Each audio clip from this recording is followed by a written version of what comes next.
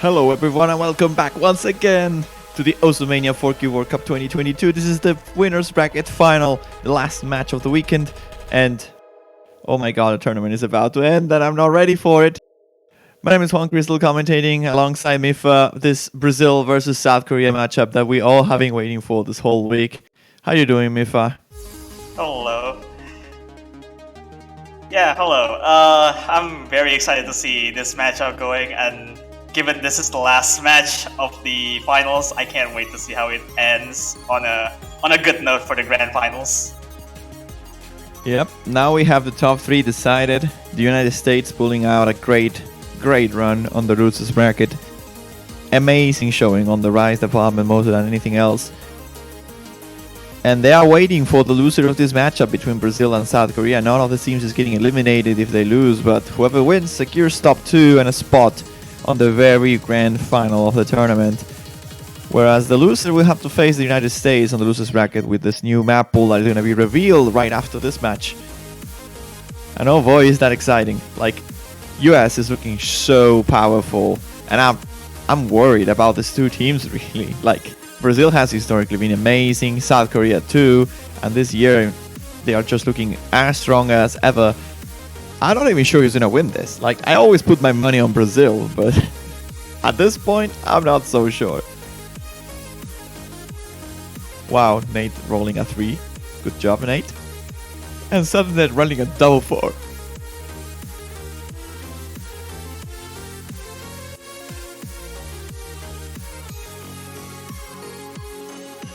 So Brazil is going to start with the bans here.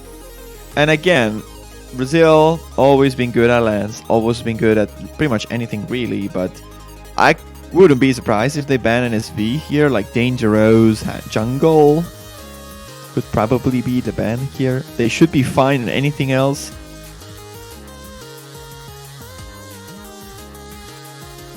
We shall see if that's the case. I wouldn't be surprised if this match goes like really down the line, like perhaps even tiebreaker material.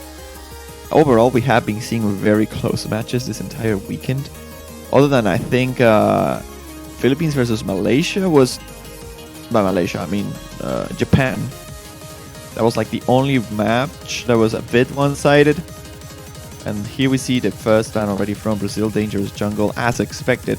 From South Korea, I am not exactly sure. Like, I always like to ban LNs against Brazil unless I am like the best LN team in the world, which I'm not sure if this is the case by Korea. They are certainly there. They're just gonna ban SV1. So no SVs today, no wildcards picks. This is gonna be a predictable show. In terms of picks and bans, that is. Well, rather picks, not just bans. We have been seeing this fairly often now, right? Like, both of these being banned, like, so, on many matches already. Not sure if it happened on the finals yet, but I've seen it on previous rounds. It does happen, yeah, in the US versus Philippines. I think both SBs are also being banned. Alright, so Korea is gonna go straight into LN3 here, Elemental Creation. Looks pretty aggressive as a first pick, especially against Brazil, and Elemental Creation is, I guess you could say, not the best pick, but I figure that South Korea needs to figure out what's the best pick to start off.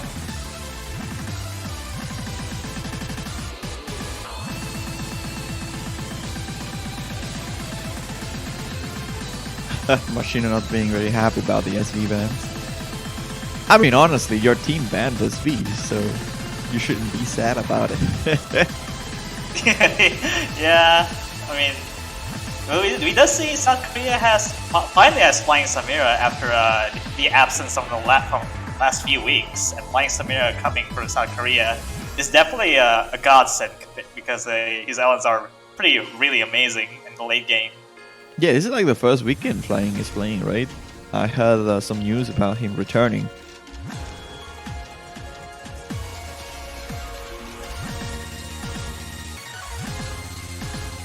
Oh, seems kind of lost me. Oh, he's seeing Gaysol instead of playing Samira, huh?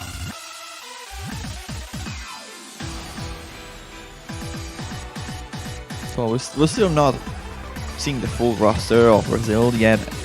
So Korea still has time to make some swaps, but it doesn't seem like they will.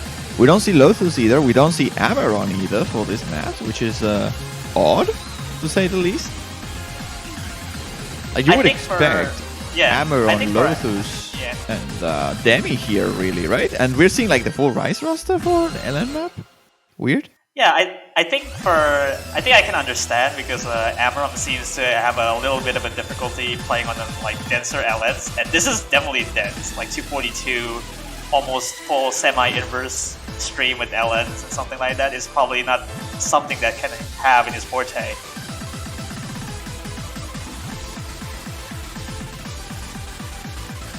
But I'm mostly surprised because Oros playing this instead of Demi. Yeah, like you said before, Oros is mainly subbing for Rise picks. I'm also concerned. I don't see Lotus like on the tournament server, I think. I'm not sure if Lotus is around. Maybe it's just me. Here we go. Anyways, we shall see with this triple Rise kind of lineup, other than Machino. I think Machino is fine for LNs. I mean, obviously Nate is also fine for LNs, don't get me wrong. It's just that seeing Oros is a bit weird. We'll see if that is enough though for Brazil to take this point, as they are holding the lead, but it will drop that just on the 400 mark. Or rather, the 600 mark. Yeah, first drop on the match by Nate, but I mean, it's very clean, so it doesn't affect the score too much, although it's after the 400 combo, so Lee's gonna have a little bit on the South Korea, but there's still a lot to go in this chart. Yeah, and honestly, the accuracy from Korea is really, really good. I would say it's even better than Brazil, but now that Sudden Death finds the first miss of the Korean side, this trade favors Brazil, as the accuracy now starts to flick in the favor over again. But it's a very, very short lead, as you can see, maybe about 2, 3, maybe thousands. And there is still half of the map remaining, and on this sort of break point, we can see that it's 1.1 thousand points of difference right out of the gates. The match is insane. The thing is that the lowest accuracy on the lobby is like 99.6, and given how hard this chart is, no, wait, what happened? I thought I was a miss. Maybe I'm blind? Yes, I'm blind. Never mind. This is a bit, yeah. No, there is a miss! There finally there's a miss for them, but foreshadowing! Oh boy. Oh, this is not good because the lead is on South Korea now. Just a bit, but you know, it's never gonna happen. Oh, but this is very, very dense. A miss here can easily happen, but Korea is not holding on. I mean, they actually are holding. Wait, Machine is dead. Oh. Wow, okay. Not sure, we'll have to check the mode. I'm probably sure he's probably like losing his footing a little bit there. But I feel like... I mean, they need a 990k from Machino, and he has a miss, so it's not happening, I think? Given, I think, the miss, I think it's not going to happen, yeah. But I feel like that's a solid pick for South Korea nonetheless. 3, 5, and 7 200s, and all across the board are single digits. Wait, Oros is claiming that something happened to Machino at the end. I mean, even if it didn't, all the scores from Brazil, they are all 99.6 plus, and they needed a 99.71 in order to take Korea on this. And I'm not sure if Machino had that, even with the miss, like especially with the miss. Yeah, if you did have a miss, you lost at 990 anyways. Oh, they're claiming the keyboard got locked. Oh no. Oh, that's very bad. If Machino has to play more maps, that is very bad. I mean, it's still South Korea's pick anyway, so losing that point is not gonna be a big deal, since Brazil can recover from that easily. Going for Mushino Sumo Chikoto. This is the first time we're actually seeing 2 maps in a row and none of them are Rise. Like, what? Like, yeah, exactly. With all the Rise open, no Rise picks? Flying Samira coming for South Korea again, and hopefully this time to stay. And on the side of Brazil is still Oros, Silly Fanger, and Amaron. Yeah, I can see Amaron on this. This is not as physically demanding. And Lotus, I think, instead of Nate. Yes, he should, yes. Apparently Lotus is around after all. Oros actually had a great score on the previous LN, which is... Yeah, I mean I want to say surprise. Yeah, it was great. I want to say surprising, but considering the structure of the map, it is kind of like a Rise pick in disguise. It's just that you need to read Imbus, sort of buried insolence. And usually Rise players are okay at it. And I mean, Oros was more than okay at it. Yeah, I mean, Inverse in general is like, it's harder to learn, but once you get into it, you're just playing Rise into it. So it's just kind of the footing that they have, and Oros seems to have a grasp on most of the Ellen density charts like that. Marshino also had a great run. It's just unfortunate that the keeper log happened. But anyways, now into Hyper 2, Mushino Sumu Tokoro. Great song. We'll see if it pays off for Brazil. I think they should have the upper hand on this if they can triple FC. That is the main concern here. I wouldn't be surprised if Korea just gets a 3-way FC on this. Flying Samira's accuracy is a little bit behind compared to everybody else, and that gives the edge on score right now to Brazil, but it's just the early intro. We'll see as the map transitions into the harder mods. Drops a bomb in South Korea in terms of accuracy, so there's no one above like 99.8 right now, and only Lotus has that. So he just inches out a difference like that. Yeah, rematch accuracy is 1-1 on the side. Amaron is leading Flying Samira, Oros is leading Gaysol, and Lotus is leading Snowsense. So Brazil just has a clear advantage in accuracy. It is not a big margin, but it certainly is enough for them to call like a 4,000 point lead, maybe 3,000 points lead. And into the second third of the map here, we haven't seen still the harder sections of the map. And that is where it might be a turning point. The funny business in this chart is comes down to the ending of it. The ending is so much denser than this section apparently, and it's just pretty much free accuracy for the team. Well, the ending is certainly hard, but there's this part on the middle as well that is very Rise heavy and has sort of like single streams, and Lotus finds the miss, but traded instantly by Gaysol. The accuracy hit to the South Korean was actually bigger than the one to Brazil, so this, if anything, will extend the lead for the South Americans into the last half of the map. And this is what I was talking about. This Rise bit may be a problem for Amaron, but he holds on through it just fine. Yeah, Gaysol's drop was a bit dirtier than Lotus, and Lotus just has a single miss, really. The accuracy doesn't tank much as Gaysol. You see the accuracy from Lotus, you wouldn't know if he missed or not. Yeah, absolutely. Yeah. You could just easily fool you to thinking that was like a couple 200s and that's it. Yeah, he still has the best accuracy in the lobby, despite the miss. That's insane. They have the lead though, and as the match is about, the map rather, is about to conclude, a miss from Oros might change the tides of this. Oh, will it be enough? I think it will be. Korea is trying their best. The ending is certainly going to happen about now, but Brazil trying the best to hold this lead, and they are not going to. They need something now. That's a tug of war right now. Oh my god, it's going back and forth on the very last bit. There is no misses happening, but is the ending going to make a trip? A couple 200s by Snowsense. Oh, it's flicking! Oh my god, is it Brazil or is it Korea? I think it's Korea! It is Brazil! Oh my god! It is Brazil! It is Brazil! By 3 points! 3 points! Can you believe that? No way!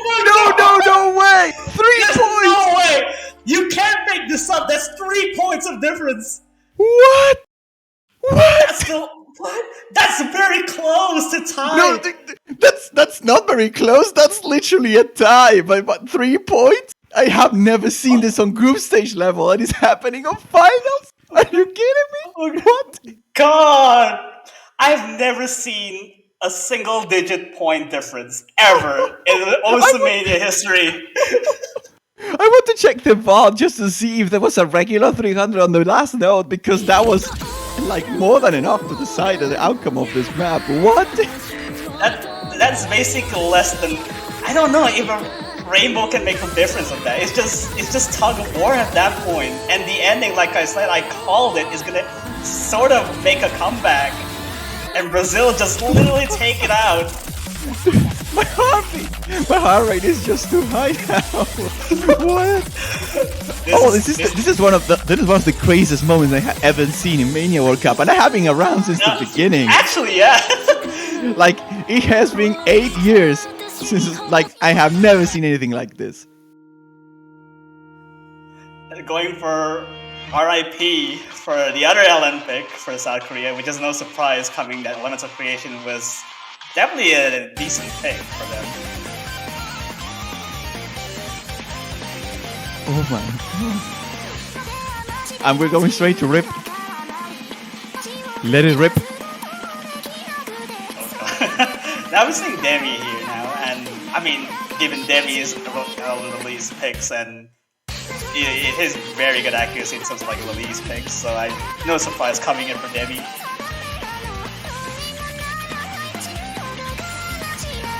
Dude, I'm shaking. This is shaping to be a great match. Look, like, finals. Imagine you're one of the Brazilians or one of the Koreans. How do you feel about that now? Like, you just won the closest map on the history of Mania World Cup. And, well, we have a disconnection, so we're going to have to restart this real quick, I think. Wait, it's not? The machine is there? Okay. It's happening? I mean, what are the odds of having a single-digit point difference? It's just... It's weird to have a scoring system that it just basically translates to a 3-point difference. Yeah, there's the board over there. So, going to start. Machina was removing keycaps. Do not put ready if you are not ready. Alright, I think it seems to sort it out. Hopefully there's no interference like that. You know, when I saw the showcase and I was seeing, oh, it is Rip, I was so happy to see the Rip. Like, this is a song I really like. To see it mapped, especially in the LN department by Mystere, and I was very hyped. And then I realized it's not the Rip that I actually know about. It's not the Gumi Rip that I like. But it's okay. Yeah. I honestly think you could mistook it as like a timing hell, kind of, because of the high BPM. Oh, it could easily. I mean, this is rated, but yeah, it could. Also, no sense starting with a miss here. Not the greatest start of the universe, especially considering the abort that Semifin is gonna try and equalize the things with a miss of his own. In the wrong way, I would say, for Brazil. But as it stands, it is a slight advantage for the Brazilians, mostly off the back of this accuracy by Lemashino and Amaron. Very nice accuracy spike, 99.77, against a full lobby of 99.5 on the Korean side. It's still going to be pretty close, really. That was a very early miss, so that's going to help Demifin a little bit. And then also the trade from Snowsen that was even earlier than that. Arsenal accuracies by Brazil right now is just even so much higher than South Korea. Gaesol? Gaesol, yeah, Gaesol did fire the drop there, so it's gonna be a lot of accuracy, no sense. Yeah. Oh, this is South Korea's pick. This is concerning. Lemashino is gonna trade one of those two misses, but there's still one miss ahead. And although the accuracies are getting a little bit closer now with Sudden Dead climbing up on the accuracy department, Demifin is still holding stronger, and so is anyone in the Brazilian team right now. It's a matter of misses, I think, at this point. Making a recovery from Marcinho very quickly after that miss. Although it saw this Gaesol still set, but I mean the misses have been done really for South Korea. Needs to have more misses from Brazil to take it back. Overall, every player has been recovering their accuracy quite well, other than I think Amaron, who decreased a little bit, but he's still holding the full combo, so it's not that big of a deal. And Brazil's holding a lead with half of the map remaining. I think Korea might be on the range of needing 2 misses here to get the lead back. And there's the first one, so Demifin dropping very cleanly though. His accuracy almost untouched, but his combo certainly is going to suffer from it. And there's another one now. That was a big one. That's a 0.1% of accuracy, and Amaron dropping 2. Oh, Korea's on the lead. Dangerous misses coming from Brazil, and the lead is going to South Korea. Just a fair bit. It needs to have the accuracy backed up to actually have sort of a lead. Oh my god, it is a 1.7 thousand points of difference. Don't do this to me. I cannot take more excitement. I woke up like 15-25 minutes ago. Don't do this to me. What if it's actually decide on the ending again? Oh, it will. it will 100% be decided at the end. If there's no more combo drops, the difference is less than 2k at this point. So any accuracy drops are definitely going to impact that difference. And don't even talk about a miss. If a miss happens on the South Korean side, this is a breakpoint 100%. But will they be able to call through this ending? It gets a little bit difficult when it comes to the density. It increases and Demi-Fiend suffers it as he gets the first miss of that Ultra. And with that, I think Korea is just happily on the lead. They're gonna capitalize off of this. I don't think there's enough time for them to lose this lead. Yeah, they're gonna cling to that lead comfortably. So no misses after from South Korea, and that's gonna take the lead by 4.5k for South Korea. And look at the ratio difference. Like Brazil's ratio is so much better overall. But the 200s and the misses, like there's a not a three-way FC. There's a three-way no miss, I guess, if you want, by Korea. Yeah. There's a couple misses by Snowsen at the start. Yeah, with slider break. I like how Brazil's scores are like the 300 count is basically three digits. Everyone in South Korea has 4 digits. Look at how similar the thousands are for 300 count. Yeah, Korea is literally the same, right? There's like 7 regulars of difference between the 3 players. Yeah, that's crazy.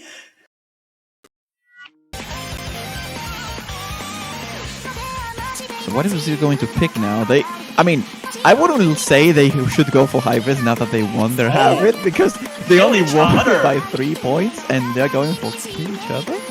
What? Korjak thing. Huh, this is sounds a bit of a riskier side of things. Again, I think we're basing ourselves off of the performance they had last weekend against Malaysia when they lost against the 3v1SS by Malaysia, which is honestly very, very good. So I'm not so sure if this is a bad pick. I think Brazil is always good at Korjaks. It's just that, is Brazil better than Korea at Korjaks? Because Korea's always been very good at Korjaks too. Yeah, last time we saw in South Korea is basically Snowsen, Lyanic, and Poka play for Korjaks, but Poka doesn't seem to be around, I think. Or maybe he probably going to be switched out, but I don't know.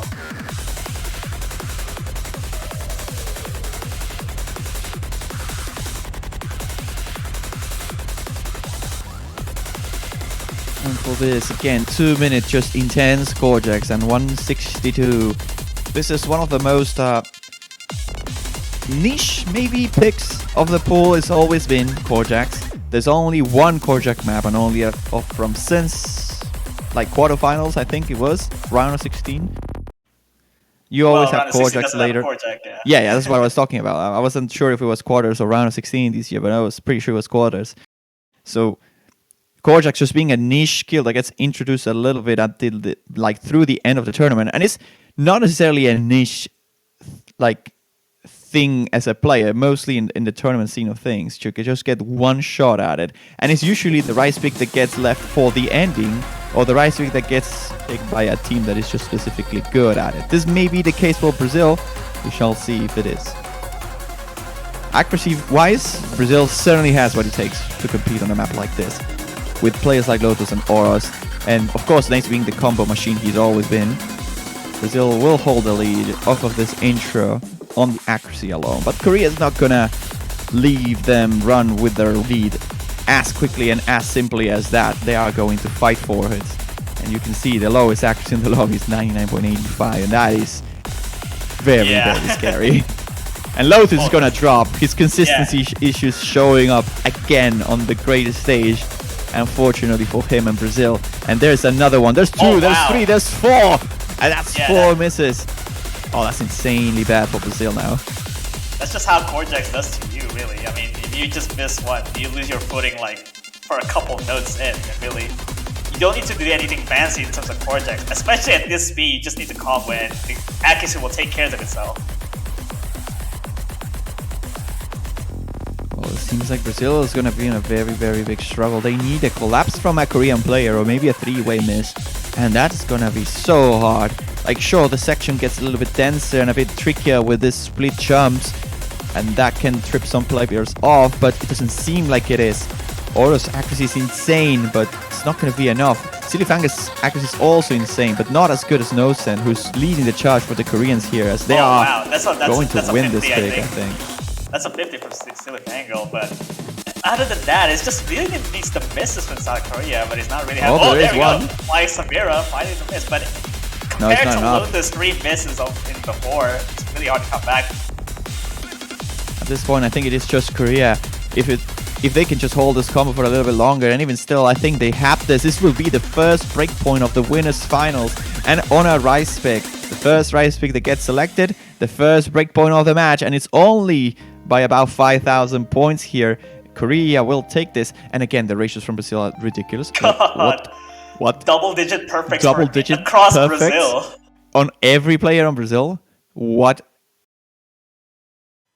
50, oh boy. 66, and 90. This is the problem with Brazil. They look so strong and so solid on Kojaks, but they cannot make it work. They cannot get the 3-way FC. They struggle on the same department and for the same reason against Malaysia on the semi-finals, and now it is hurting them on the finals too against the Korean side that is looking very, very solid.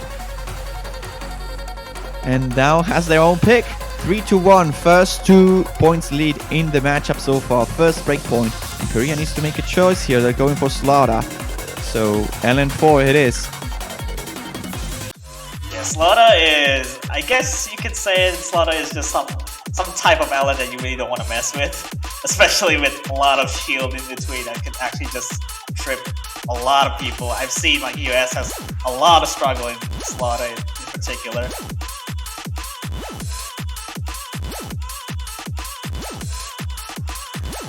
So other than the disconnection, or rather the fail, the malfunction on the keyboard, which arguably would have still been maybe a 980k score, all maps so far have been on the range of at least 4 digits.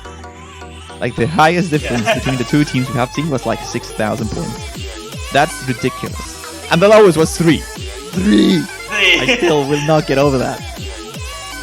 3! Like, I mean, what are the odds? It's just 3 points. It's just something you can count with a hand. And it's still unbelievable. Honestly, you can just count with extremities.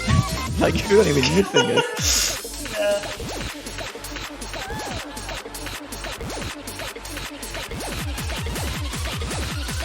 Oh my god, but now Slaughter. Again, Korea making the LN choices is obviously a no-brainer, as they are winning pretty much all of them. But they all have been very close, so if Demi, who's probably going to join now, or Ameron actually, alright, so we see Marcino, Ameron and Sibifanga for this map, not Demi. Which I was about to say, Demi has been struggling a little bit with consistency in this last poll. So I guess it makes sense for them to bring Ameron and Nate here instead. And with that being said, like if Brazil can rock this long FC streaks that they are well known for, especially for a lineup like this, like Nate and Ameron have been extremely consistent over the past few years. If they can do that, then they certainly have a chance to take a lens off Korea, who have been looking a little bit better, but mostly just because the lack of misses rather than the big difference in accuracy. Yeah. Brazil had like 300 less regulars than every player in the South Korean side. So the ratios on the side is just a matter of consistency at this point, really. At this point, this match should just be called a triple FC or die. It's just how consistent they are as far as the score goes. Finals, and you have to like FC or die. Like that's just insane. But into LN4 right now, it seems like Sudden Death had a bit of a strange intro. Probably the most consistent LN player on the Korean side. Or at least the veteran, I'd say, from the Korean roster here. Certainly being the one who struggles a little bit at the start of this. And Brazil is going to hold a lead off of that. But the accuracies are not too much in the favor of the Brazilians here. Like, Snowsen and Nate are equal.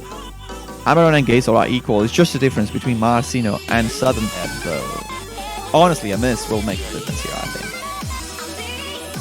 I mean, there's a lot of content to dissect here in Slaughter, especially with the sort of inverse with a little bit of shields in between. It just gets crazy once you get to the middle section of it. Very tricky coordination patterns here. You need to be very, very careful not to overhold. And they are not like quite imbers, because it's not just the constant stream of one force that you can just tunnel through it. It really requires a lot of coordination and focus. And Brazil seems to have it as it stands, but into this sort of bursty part, that is the hardest part of the map, we shall see. They can hold their grounds, and there's a lot of accuracy being dropped by Amaron here, and as well by Le Machino. And Korea is not struggling a single bit with this part. And the lead is starting to flicker.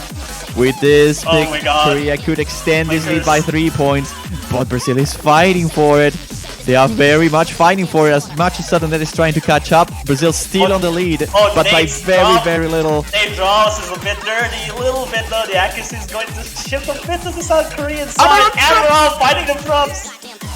Oh, Korea's on the lead, and I think at this point it doesn't matter what they do, they just need to hold the combo. But Geiso plays the miss! Brazil is on the lead again, but will they hold this up to the ending? Again, I think this is the miss. It's gonna come to the wire, and it's Brazil! By 500 points this time! 545! 545 points, Brazil takes it! They stole it again! By 3 digits!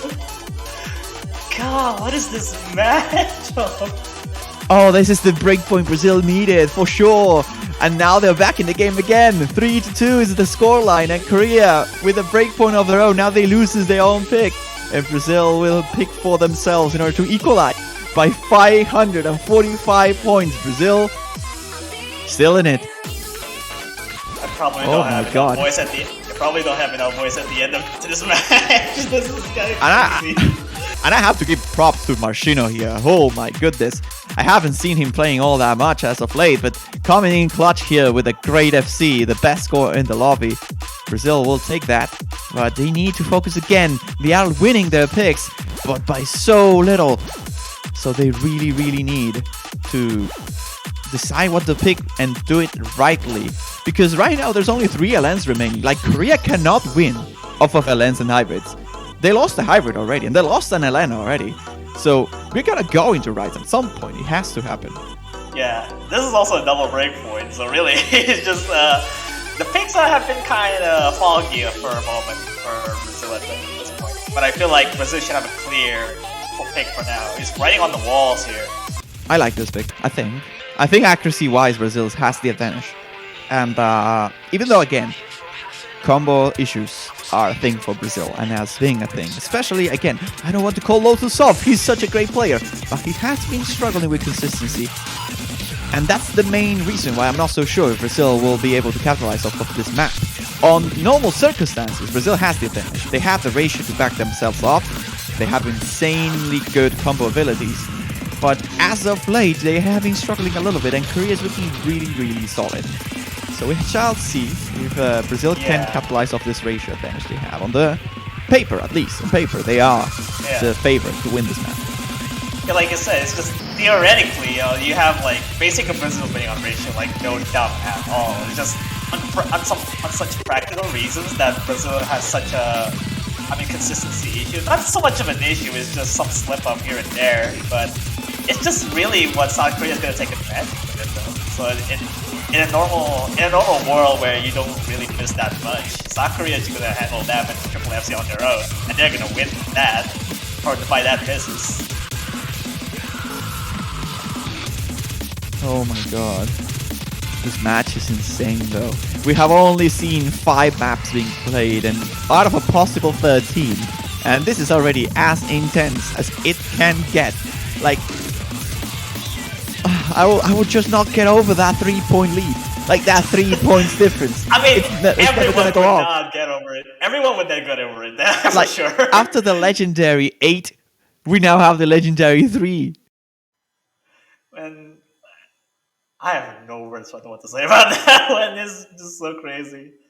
We already seen like triple digit on Slaughter, so I'm concerned. Yeah, like triple digits will be the thing that blows our mind. But 1 digit? No? You shouldn't be allowed? But now into the map though. Pick number 6. Brazil's one. Writing on the walls might be what Brazil was looking for on the Rise department to maybe kick off their strategy now of going for Rise. Leave Korea, fight their lives on the LN that is remaining, and maybe the hybrids. And as it stands right now, Brazil's on the lead. Lotus did have a rocky start, but he's recovering Zacchus very quickly now. But I feel like Lotus probably has a grasp on just to keep the combo and not so much of the accuracy, because that's what's holding it back. He has been, at least so far. He's holding a great hit concentration, very, very tight. Both Oros and Lotus having insane accuracy. And Gazel, oh, that's great. Oh, That's a huge miss. That's a very big miss for Gazel. I think it was like 2, maybe 3, and a big accuracy drop as well. That's going to be a huge crushing to Brazil. And they needed it, especially in the Rise department here, as we're starting to get into the second half. Brazil holding this advantage. The biggest one, the largest one we have seen so far in the entire match. But Korea is not done yet. They will still fight until the very end for this one. And they know Brazil might give them a chance. They might struggle at some point, and for that they need to keep consistent, hold their combos for as long as possible. And Gazel now recovered already, and the first miss comes, and there it is. Drop is very clean. Very clean. That's not going to help too much for Korea, but there's a couple 200s, many of them, but it's not going to matter as Flying Samira will trade those 200s by Nate with a miss of themselves. And Brazil, with a quarter of the song, will start to capitalize off of this, and with another miss from Samira, I think this might be the end of the story for this Rise pick. As we're getting into the very last bit of the map, there's only 140,000 points left to be claimed by any player here. And as the map concludes, it seems like it's going to be Brazil by about 20-something points of difference. This is the largest point gap we have seen so far in this matchup. And it's a good bit of air for the Brazilians, really. After recovering from the breakpoint of themselves, now winning their own pick, forcing Korea into a pick again with 30,000 points of advantage. This was a great pick after all. Big V1SS there by Oros. Big play by Snowsend as well, 992k, but it's not going to be enough after this 4 misses across the Korean side.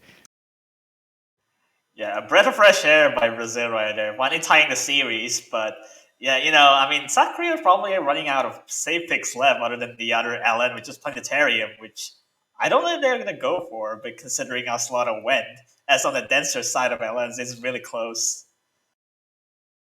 Without a miss by Nate, this was a disgusting score by Brazil. 995, 994.9. What is going on with Brazil? They just pop off suddenly. And then they have a couple misses and all the lead falls. It's so strange. And it's very, very hard to compete against a team like Brazil, because you can only bank on them choking. Because if they don't, you're done. Like, you can't do much against a Brazilian team that is on point. And we have seen this, like, in the last couple of years. They just won the tournament easily, for the most part. Yeah, we're tying the series with 3-3 right now. Saka's probably gonna... Oh, we're going for a hybrid again. Reverse perspective.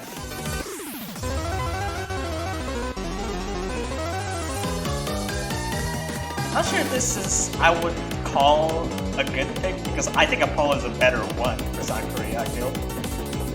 I mean, if you think it this way, right? Maybe Apollo's better, but aren't they going to pick both anyway? So it doesn't really matter the order, I think. Unless they want to go for LN2, then in that case, then if you think Apollo and then LN2 are the better picks than this, then yeah, it makes sense. You still need to make 3 picks if you want to force a tiebreaker and you have no breakpoints. But yeah, maybe you want to go for something you are more comfortable with first. And I don't necessarily disagree. I think this is good for Korea, but I can see Apollo working a little bit better. No, I'm not sure what Brazil was going to have to use for, Amaram and probably Machine? No, actually Machino, yeah. Yeah, Nate was just playing and he left, so that probably means Machino's going to show up. Maybe Demi, but I don't know. I don't think. Like, I don't see Oros on this. Like, I would be very surprised if we see Oros, like, light here. Maybe. You never know. Snowsend, Flying Samira, and Sudden Death are going to be the 3 players for Korea. Understandably so. They have been the strongest side when it comes to LNs, and with a hybrid. And in a hybrid, you kind of want to have some LN power. It's going to be Machino. There he is. Seems like they're calling for a second. Okay, never mind. I thought Lotus was maybe going to swap out, but he's not. He's going to be playing. And Amaron, Lotus, Marcino against Flying Samira, Snowset, and Sudden there. And you can see a pattern. Bottom row, both names in Brazil start with L. South Korea. Oh, Both no. names start with S. Top row, they are different. It's A and S. No. That's. I mean, you can kind of sense the theme right now, right? I just don't know because hybrid, as crazy as Mushina Super Takora went, it's a single digit. This is another hybrid thing. I don't know if the difference is actually going to be something similar like that. No, please. Don't make this a single digit again. I don't think I have the voice to run through that. The magic is only run once. 1 minute and 37 seconds though. This is the shortest map of the pool, so it's gonna be very, very quickly. I mean, until we see like, which team is gonna TV size. Yeah, this is like TV size, for sure. And as we're starting, seems like Korea is on the very, very slight lead off of the accuracy that Amaron is holding. He is struggling a little bit with his intro, but he should balance off fairly soon as the map goes on. And this core gap is just going to go back and forth all the time until Flying Samira finds a miss. That's going to give a big, big lead for Brazil. With a short map, any miss is going to count for more than it usually does. So into the second third already, Brazil seems to be holding a pretty decent lead. But again, a single miss and the story just turns. The tables goes to the other side, but not on this side. The miss was not supposed to happen on Korean side. A sudden death will drop the second full combo on Korea, giving even a greater lead to Brazil now as they are holding through the second half. Brazil's looking very strong with the combo so far. I mean, like, there's a couple drops here and there, but I mean, it's just two 200s, like, per player, really. It just comes with the miss on South Korea. It's like 2 misses already. It's already a huge lead right now. Into the last bit of the map, there are no misses by Brazil. If they can keep the full combos, this is game over for the pick by Korea. It would be a second breakpoint in favor of Brazil. The third one we have seen. Machino struggling quite hard on that section. That was a big 50. Holding the combos important, but he misses. Although they have enough time, I don't think they do. But another miss by Machino! Oh, they certainly did not have enough time, but with just like maybe 10 more seconds, they surely had enough time. It is going to be another breakpoint by 5,000 points, but oh boy, did that come to the wire at the end. Wow, Machino, watch out, be careful. I was about to snap when it was like 5 seconds earlier. Oh boy. But that's a break point, which Brazil has the advantage now, and Brazil is going to have to pick something here. Those two misses by Sudden Dead and Flying Samira proving to be a bit too much for Korea to hold on through. And even though Machino was holding very, very strong, that ending being a bit of a hiccup, a bit dangerous for Brazil. They managed to take the point nonetheless, so props to them.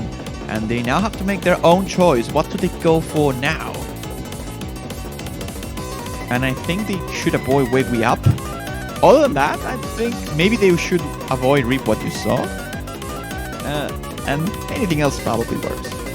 I think Real Ultimate Power? Yeah, I think probably Real Ultimate Power is a bold move, considering right on the walls has window. Venomous Firefly. Okay. I mean, I'm not against this pick either. It's just that maybe I would have gone for something that is a bit more techy, something that's more aggressive. It's just too straightforward to me. Yeah, and that's the problem. Like, I mentioned this in the semifinals against Malaysia as well. I'm gonna repeat it. If you're a team that struggles with consistency issues, then you should maybe go for, I think, the hardest maps on the pool that you are somewhat comfortable with. Because if you choke, chances are the opponents also choke if you're the better team. And I think Brazil might be the better team on Rise. So going for something more straightforward, it gives the chance to Korea to get maybe a 3-way FC, and you having to fight for the 3-way FC as well, as your consistency is the one that tanks at them. Especially in a map that is short like Venomous Firefly, it gets even harder to do because misses are so much harder to recover from in a short map.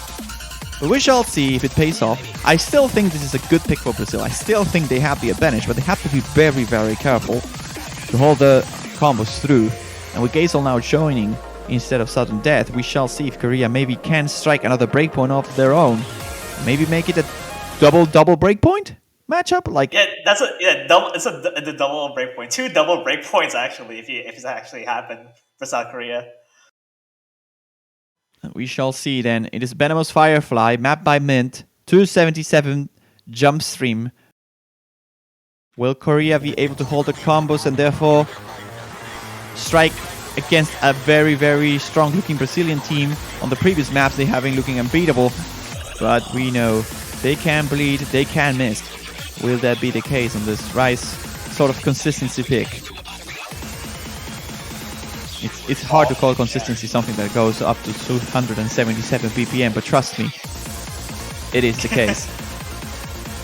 And you can see it on the accuracies. Oh, Vegas actually is some bit of a lucky star with 99.6. Actually, it does tie with Gazel for a moment there. Samira is actually also suffering a little bit there in the accuracy. Yeah, it is the difference between Samira and Lotus, really, because Snow Sand and Oros are basically tied, and so is Gazel and Silly Fangers. So it comes down to the difference between flying Samira and Lotus. But watch out for Lotus, the 200's coming out. I was about to say he's starting to struggle a little bit in the accuracy department, but Oros is gonna. There. Oh boy. Oros is still holding very, very strong. That's keeping the Brazilian team afloat, but maybe not by much, and maybe by not enough. If Korea can hold this accuracy a little bit longer, Brazil is slowly starting to self-destruct. But can they hold the combos? I think if Brazil just holds the combos through this ending, they should be fine. And with a full FC lobby here, the consistency peak showing. The map is not over yet. This might take a bit of a drop in the accuracy. Nate dropped! They might even drop there. Korea's on the lead! Yes, they would have enough time. They have enough time, they just need to hold the combo here. Korea, will they get the double breakpoint? I think they will. It's not gonna happen. They need to just hold this combo for a little bit longer. And at this point, even with a miss, it doesn't matter. It is a 4,000 points, 3.5 against Brazil. Another breakpoint, double breakpoint, and great scores by Korea. That's 3 black flags in that whole lobby with 1-200 across Oros, Nose, and Gazel. Oh my god. This ratio by Oros is insane, but don't count Gazel's score off. Like, short Snow Sand is the best score here for the Koreans, but Gazel has been doing so much work for the Asians here, and with a great 1-200 play, 991k, securing another breakpoint for Korea. Korea still alive, 4-4, and they pick now. 2 double breakpoints for this match. It's really hard to tell what this match's direction is gonna be. This is exactly what I said. Again, a team consistent like Korea, a team not consistent like Brazil. A single miss making the difference here, and it ended up happening. Brazil, the moment they start feeling a little bit more comfortable, they get the breakpoint they needed, they start to be on the lead and recover from the breakpoint they lost themselves. And now they are again against the wall with Korea picking Apollo. And they have enough. Just with the lens and hybrids, if they win both, they have enough. Suddenly. And with the after everything in the pool is only 1L and everything else is Rice. Just consider that. And Sakura has to pick Rice if he did exhaust on Planetarium. Oh my god. You know, this is also good for the US in some ways, because they get to scout all the scores here by Brazil and Korea. Arguably, it's not going to matter too much because of the grand finals pool, but having a decent picture of different categories, especially in a map pool that has been so I don't want to say scripted, but similar across the rounds, really, it might give you enough insight to build a strategy around the team who loses this match. But even then, you're still facing Brazil or Korea, which are just incredible. And into Apollo now it is. This is the last hybrid available. So hybrids being exhausted before LNs, that is not something that is common practice. And we shall see. Apollo is a hybrid that you would expect it to be hard, but it's actually kind of easy. But it also comes with a higher risk because of the speed up at the ending. And the ending is rough.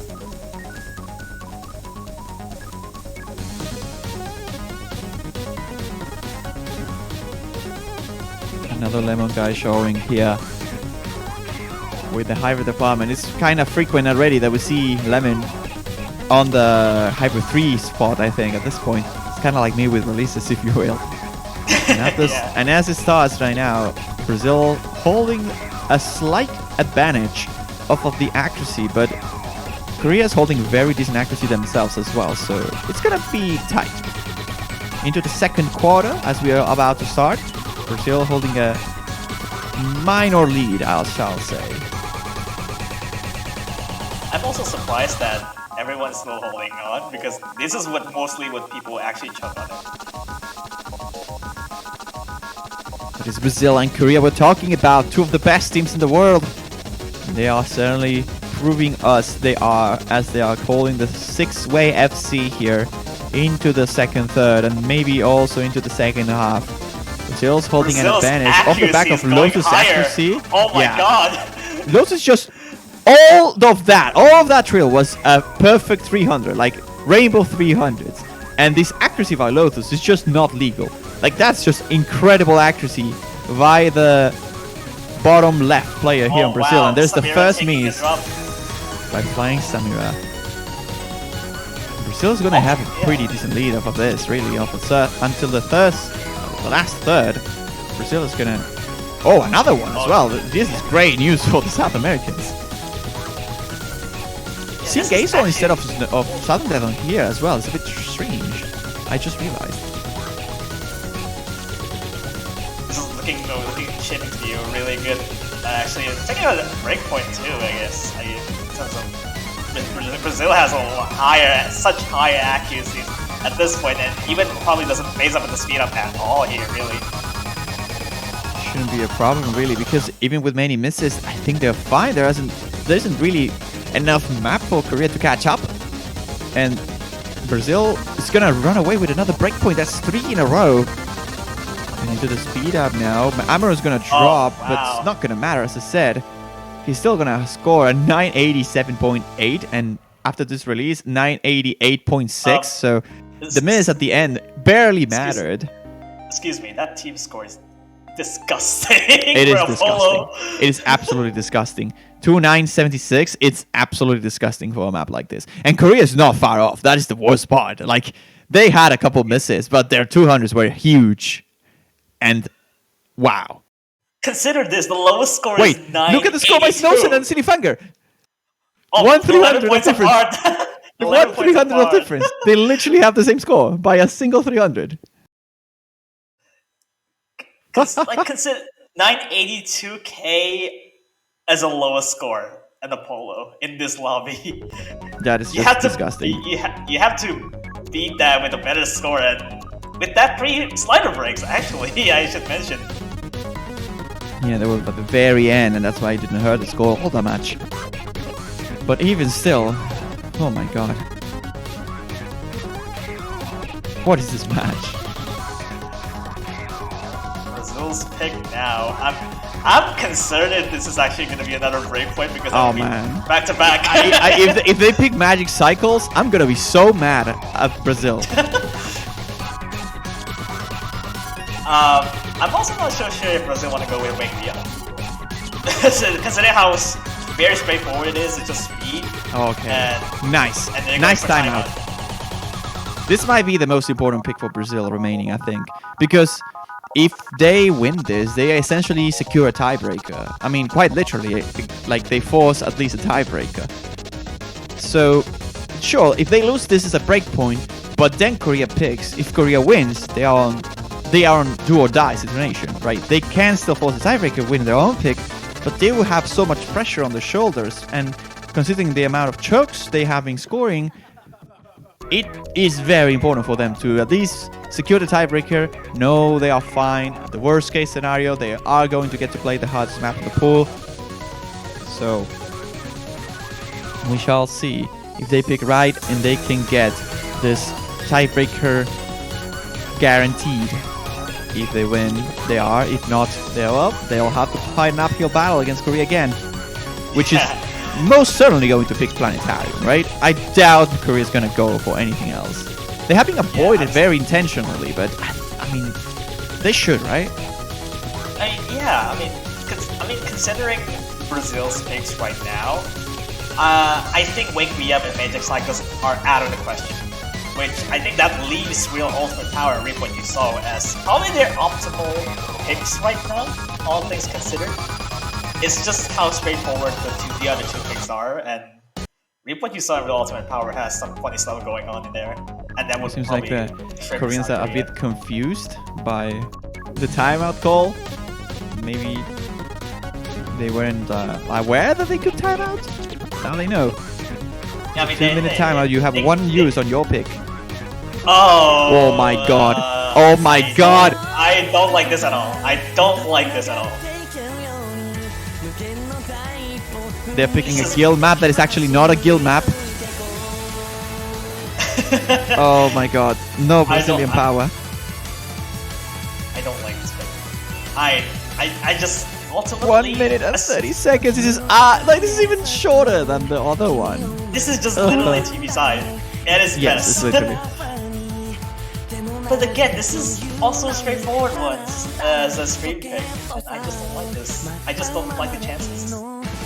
I don't know. I mean, with players like Oros, Lotus, and Nate, you would expect this to be a good pick, but we are so scared of possible chokes in a map this short. And this, I think Korea is a team that should be fine on the speed streams, really. So it's not that you're counter picking the Korean side either. We shall see if it works. I mean, it should, but it's so hard to judge properly. Snowsend with the mirror here. And we're starting with pick number 12. Is this 12? No, it is 10. 10 out of possible 13.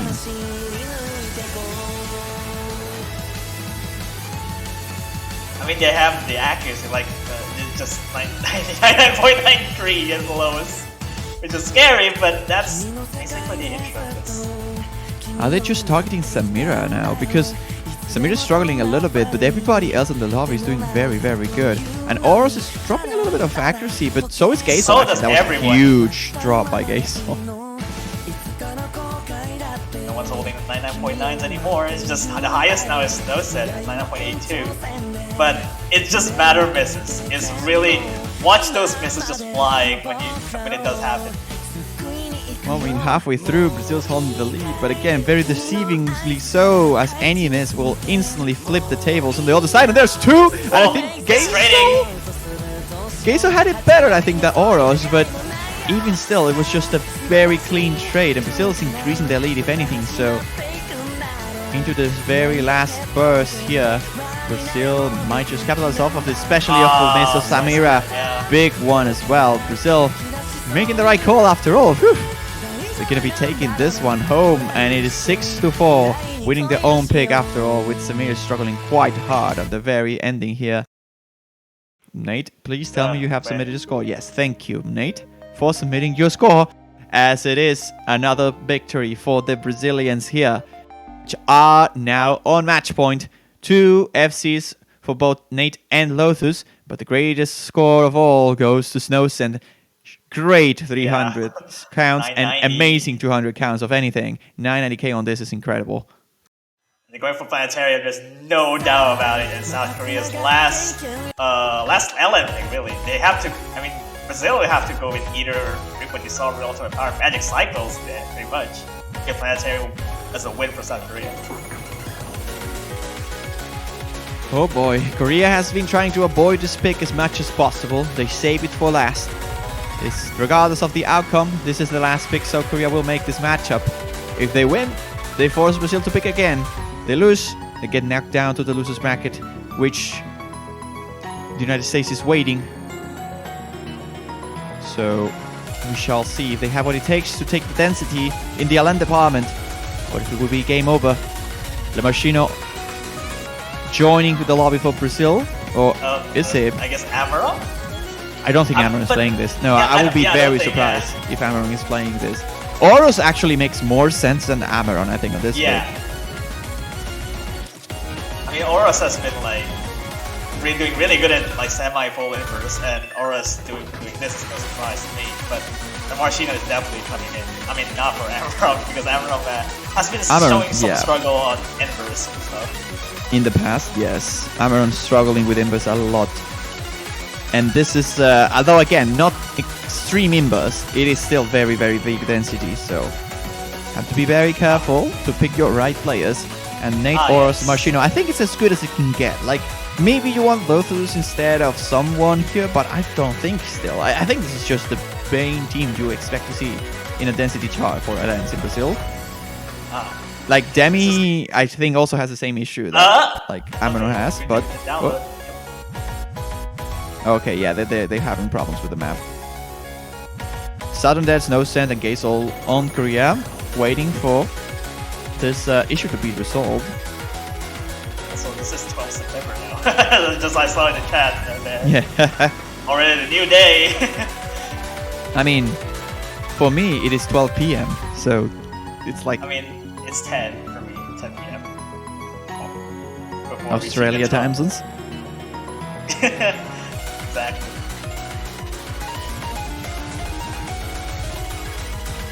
Alright, so Zimba Machine is not able to play because of the map issue? I think you might have to like delete and re-download. I mean, I think La Machine has done that, but I think they have to restart the client though. Like that's how it works. Because it does have the cache of the older one that you have deleted, so I feel like that's probably an issue.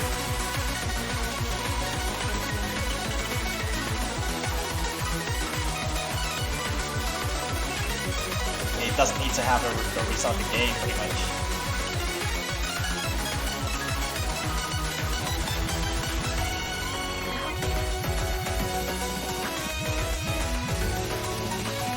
Alright, seems like he restarted the game and should be good to go.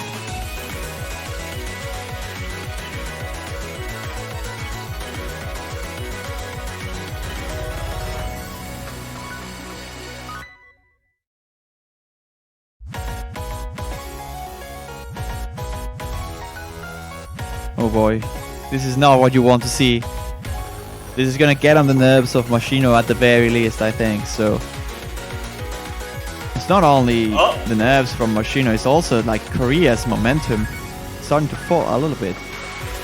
So it doesn't really help any of the players. It seems like Machino's back. Is he able to play though? Alright, I think it should be fine. Because, I mean, imagine La Machine didn't have, I mean, can't play this. You need to rely on Demi in this case, which I don't think is the best idea. Emerald, not sure right now. Starting to take a little bit too long. Seems like Amaron's gonna be playing instead, so... This is, if anything, this is good news for Korea, I think. Yeah, I mean, hopefully Brazil still will have at least a decent player with, even though with the Machino can't even play with the. Okay, so listen up. Watch Amaron get the best score on the lobby now. Oh no! Wouldn't that be funny? Well, let's see what happens. I mean, it could be funny, and didn't you say you never know what's gonna happen or something like that along those lines? Yeah, exactly. That was like 4 years ago. I mean, I can't really tell about it.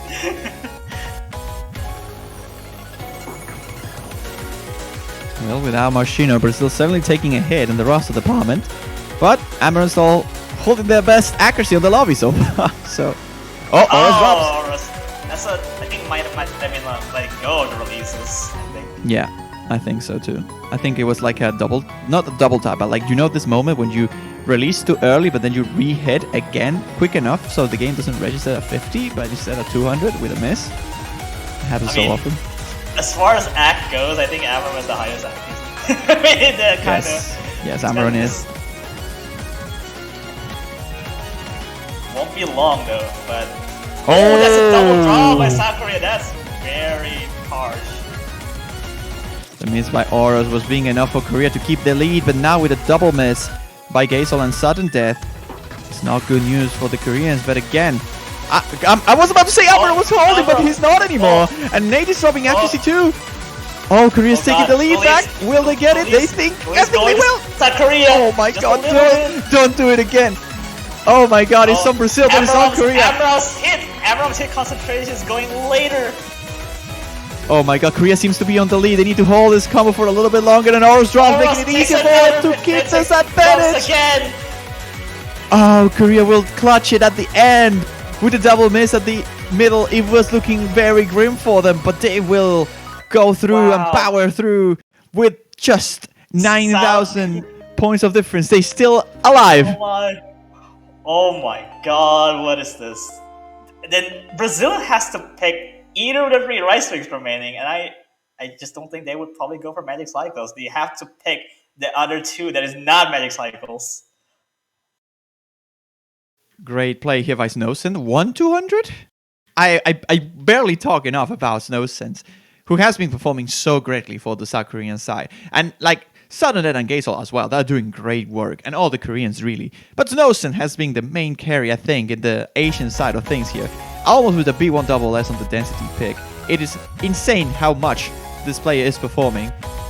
And now it's all on the Brazilians' hands as they get to make the final pick of the matchup. And it's between 3 rice maps they have to choose for. Is it Magic Cycles, Real Ultimate Power, or Reap What You Saw?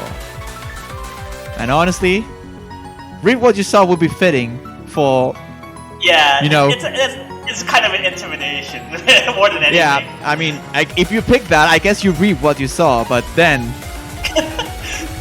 come on. I'm not sure if it is the best pick, really. Maybe it's the Real Ultimate Power that they need in order to win against Korea, but perhaps perhaps it's just a Magic Cycle where Brazil just ends up winning.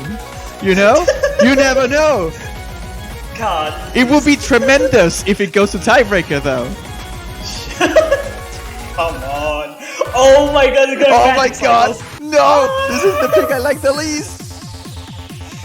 I don't like this. I don't know. I really don't know.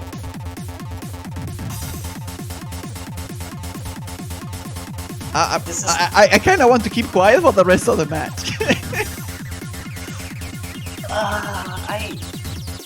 I'm at a loss for words here for these picks.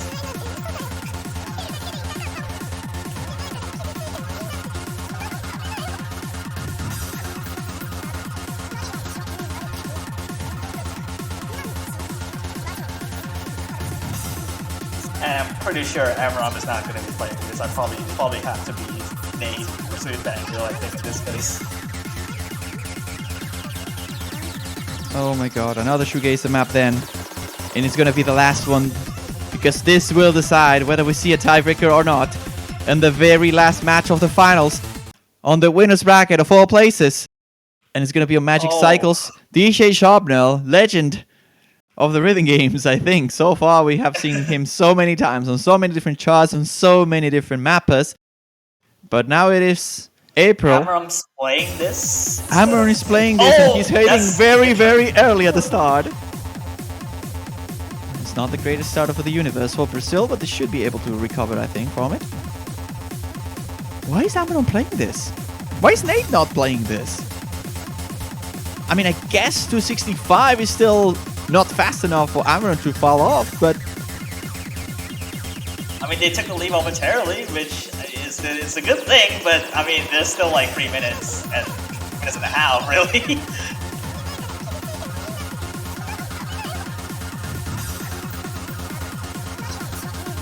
Oh my god. As long as they don't fall off, they should be fine for the most part. And South Korea really needs to hold their ground. Oh, but the problem with this again is the stamina. Early on, obviously the best accuracy team will take the lead, and I think that's Brazil right now. And they are certainly holding the lead. But once we get into the very last bit of the map, where stamina is starting to tank, Brazil has been known to have it like infinite stamina, but Amram is playing, so that's the main concern I have. Amram's accuracy and stamina can be great, but 265 BPM is no joke. And like Oros and Lotus, keeping the accuracy very, very high. Taking the first drop there. Yep, that is the first miss. And honestly, right before the break's not the greatest time of the universe. If anything, it might be the worst. as Korea will start to give away more of their lead. And at this point, Brazil, again, just needs to win. If they win, they take the whole match. They are fine. They can go home. If Korea wins this, we see tiebreaker happening. We all want to see a tiebreaker, of course, but perhaps if you're a Brazilian supporter, you would rather have this ending now. And of course, if you're a South Korean supporter, you want to see anything but the tiebreaker at this point. And I'm trying to do my best. But it seems like Brazil is holding very, very solidly on the lead. But never mind. I was trying my best. And this is double miss. What? This is double miss. Oh god. And the drops are relatively clean, which should be all fine for the most part. I'm not sure. I mean, it might be still in the lead. We shall see in about 100 combo, but this lead is shrinking so much. And he will come to the wire, I think. A third of the map still remains. And lead doesn't change anywhere. I mean, it changes, but not enough. Just slightly. It is kind of back to the starting point, I think. And there's still a third of the map remaining. We see the hit concentrations. That's usually the best sign to check if someone is starting to struggle with the stamina. And if anything, I think Flying Samira might be the one who's struggling the most. His hit concentration being very wide. And if you see the column colors as they hit, but those takes another breaks again. This is actually going to be really close. Oh, I still think they have the advantage here. Mostly off the back of this accuracy by Oros, which is, hello Oros, what you shouldn't be, 99.91 points, I mean percentage of accuracy, and the lead seems intact. Lotus missed, and the lead is the same. It does also, it comes with a Gazel at a cost of also dropping accuracy as well to 99.5. Instead 200 there, which also offset the difference. There's only this ending left. Brazil, if anything, is extending the lead now. And with this was Sosen, the main carry of Korea, down. And it's Flying Samira's full combo Lotus. With a miss from Lotus. The trade is happening, but Samira drops again. No and no full combos. Oros left. Oros light to the Brazilian team as they seem to be going to win this. Very last few notes, and with this 99.90 for Oros, another miss by Lotus not mattering. I don't think anything can happen here. It is Brazil who will be waiting for the winner of Korea versus the US in the losers bracket with a V1 double S by Oros, 996.7. Brazil is once again in the absolute grand final of the tournament after beating South Korea 7-5. But what a show by the Koreans as well. Coming in clutch with that performance from Brazil, especially for Oros, coming to take that MVP for this match. And Brazil is guaranteed top 2. And South Korea will have to fight their way out from the losers grand finals against the United States. Oh my god, look, you think it this way. This match got decided by 3 points. That is also true. Like, had they lost that map instead of winning it for 3 points, we will be seeing a tiebreaker now.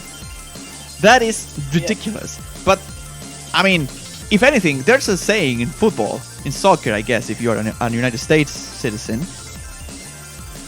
Sometimes you just have the luck of the champion. And I think we might be in front of the possible champion this time again. If you win a map like that, and that is what, like, that's the reason why you end up winning the whole match to some degree. I mean, it just looks like Palmeiras. If you know what I mean. Like, Brazilians may be able to understand, but it's just like De Verdão. It is how it is. But, I mean, it is still one more match at least for Brazil in order to claim the title. And they will be waiting for the US or for Korea. Yeah, absolutely. As this is also the last match and nothing is left up with finally the last, I guess the last showing, which is the Grand Finals full showcase. This is gonna be wild.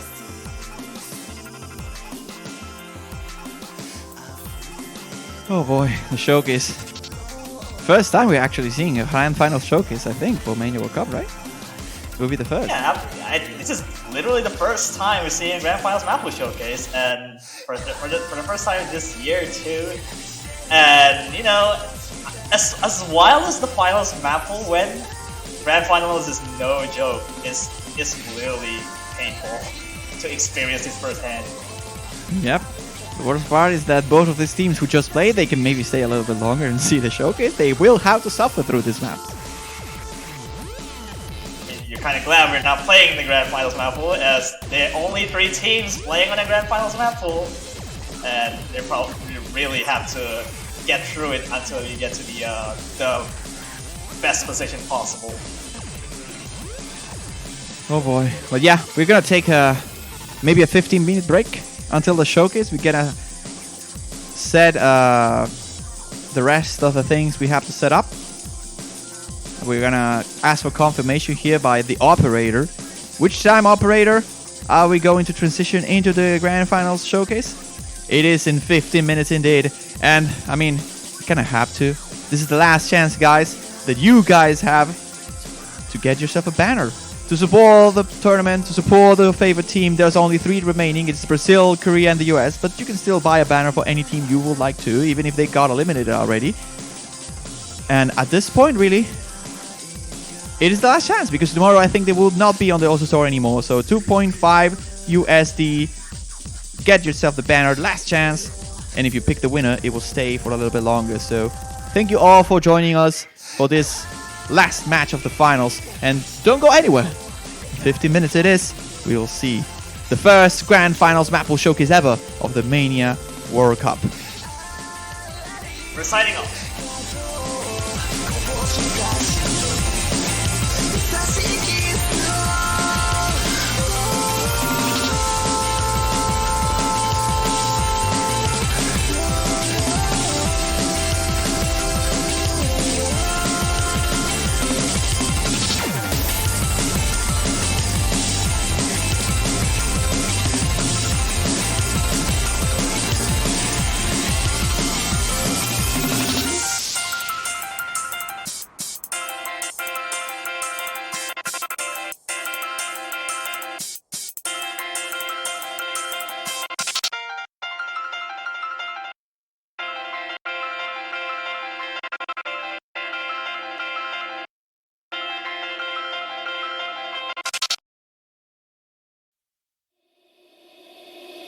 めくり合う輪廻の定めの中で星屑の糸頼りに手繰り寄せたその流れに逆らうよただ君と描いた夢を歌うよ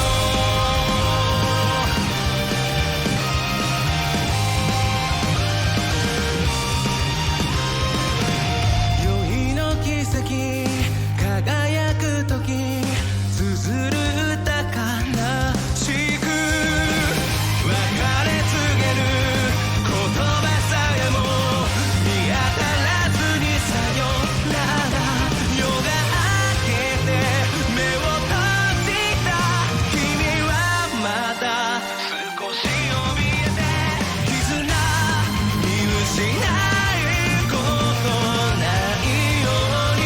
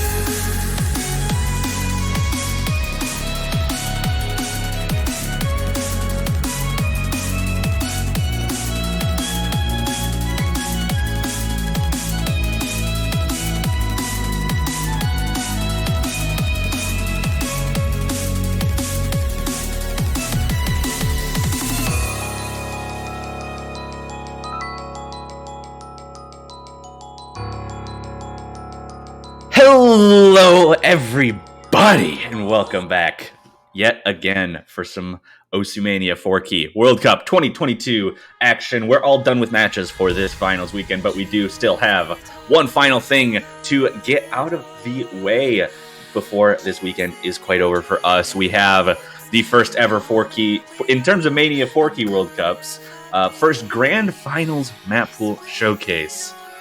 And we're about to show that off to you. I am Toph Daddy, joined here by Sparky. How's it going? It is going absolutely fantastic. What a way to round out an incredible finals weekend, showing off this inhumane grand finals map pool. Both inhuman and inhumane. These selectors did not pull any punches. These maps are incredibly difficult. But we don't really have much else to say. We've got 3 teams remaining in this tournament who are going to duke it out on this map pool. We have the United States and South Korea, a rematch from earlier on in the tournament. They will be facing each other in the losers bracket for the opportunity to face Brazil, who is waiting for them in that winner's grand finals match. But you don't have anything else to say. I think we need to start getting right into it. Yeah, let's not make them wait any longer. We're going to start off with our first map of this Grand Finals showcase. It's going to be Crimson Fighter, charred by Lemon Guy. And oh my goodness, what a way to kick things off here. Yeah, we're starting just like usual with the speedier jump stream pick. What is that tab down there? That's not the right map. Don't worry about that. We're going to take a little bit of thank you for already having technical difficulties. Wouldn't be a grand finals without a little bit of an oopsie. Gotta make sure the metadata is all correct for this last map pool. We want to make sure everything is correct. Don't want to mislead anybody here. So we give us just a quick little second to get that all straightened out here. And Toph, what do you have to think about the last 3 teams remaining? I mean, they've just been performing unbelievably. We've seen some absolutely ridiculous scores coming out from all of these teams. Brazil and South Korea nearly taking it to tiebreaker. The United States also almost being taken to tiebreaker in both of the matches that they were playing for that losers brackets position in top 3. Malaysia taking them 7-5, and the Philippines taking them 7-4, but not quite enough to take them down or take them to the tiebreaker. And all I can really say is that all 3 of these teams absolutely deserve what, based on just the work that they've put in. But looks like we have the right metadata at the bottom now. We got Crimson Fighter as our first map. This is going to be our speedier jump stream map on 1.1, and yes, that is 290 BPM jump stream as our faster one. And if you know anything about this map, or maybe just Lemon Guy jump stream in general, these patterns are brutal. Yeah, they are very uncomfortable. Gives you a bit of a primer here, some LNs to kind of set the tone before you really dive on into it, and the patterns go from 1 to 11 in an instant. You don't have that much time. Just under 2 minutes of total drain time separates you on this pick, and there is very little room for error. Definitely very little room for error. It's also quite short at that 1 minute and 52 seconds mark, but we're already starting to see some issues coming out from our play testers who have a lot of chances to get these replays for the maps, and Swarmzy finding a few drops in this should be very telling about what to expect on a map like this. Yeah, very easy to misread these patterns, very inherently trilly, and then you throw in some of those jumps in between to try and throw you off your game, and you get a tiny bit of respite with those short LNs, but I feel like they might do more harm than good because they're breaking up the momentum, so trying to do the start and stop motions between all these streams can start to get a little bit hard to concentrate through, a little difficult to read through, and as we make our way into the last quarter of the map, it just continues from here. Yeah, not to discount that stamina factors that's going to be needed for the extremely extended streams in the second half, unlike what we were seeing in maps like Venomous Firefly, where you got quite a few breaks in the middle of those faster streaming sections. This one just does not let up for the entire second half of it. Yeah, absolutely. But that being said, if you are able to read this high pace, high BPM jump stream style of pick, I mean, this might be a comfort pick for some of the teams remaining. Absolutely, but that's our first Rice pick. We'll move into our first hybrid, and it's going to be a custom made by Mint Chrono Capsule by Silent Room. On 1.05, 291 BPM, that's already a pretty scary line. We're seeing it another pretty short map here at 1 minute and 54 seconds, so gotta keep yourself straight, gotta make sure that you're not finding too many mistakes or it could be deadly. Yeah, absolutely. And you're already seeing some very abrasive patterning, a lot of short reverse shields coming out while you're trying to hold on to those anchored long notes. You're gonna test a little bit of the finger control as you make your way into this tiny bit of a break section before you burst your way back in. Yeah, these patterns not quite as abrasive as you might expect, but I could imagine that as we start getting later on in the map, we're going to start seeing faster streams, and we're already starting to see extremely dense long note and hybrid patterns, and now we're getting into the chorus where it just gets turned up to 11. Yeah, so like a lot to work with. If you're not holding down something, you're having to play all these very awkwardly snapped bursts in and out. And I mean, if you are able to read through it, I mean, could bode well, but finding 3 people that can do this at a consistent level is probably going to be the order of business to try and contest a pick like this. Yeah, and even accuracy is going to suffer quite a bit if you can't read through this. Some of these long note patterns are absolutely disgusting to try and read through with how dense they are. Yeah, now you dive back into the last quarter. The density in the LN start to pick up once again. A lot of grace notes in between the columns. And once again, just trying to maintain those releases. And then all the rice notes in between. Definitely a tall order to kick off the hybrid side of the pool. Definitely quite the statement to make about these hybrids, having some very, very fast jump stream patterns at 291 mixed in with some really difficult to read LN patterns. Not going to be the easiest for many players, but that is hybrid 1. We'll move into our first tech pick, and we have 1.15, 346 BPM broken jump stream. Yeah, I mean, we have to increase the BPM to these monstrous levels because the players have just been making short work of the rice picks in these pools. We have seen some disgusting scores, so hopefully this levels the playing field just a little bit and slows down some of these very, very late game oriented rice teams.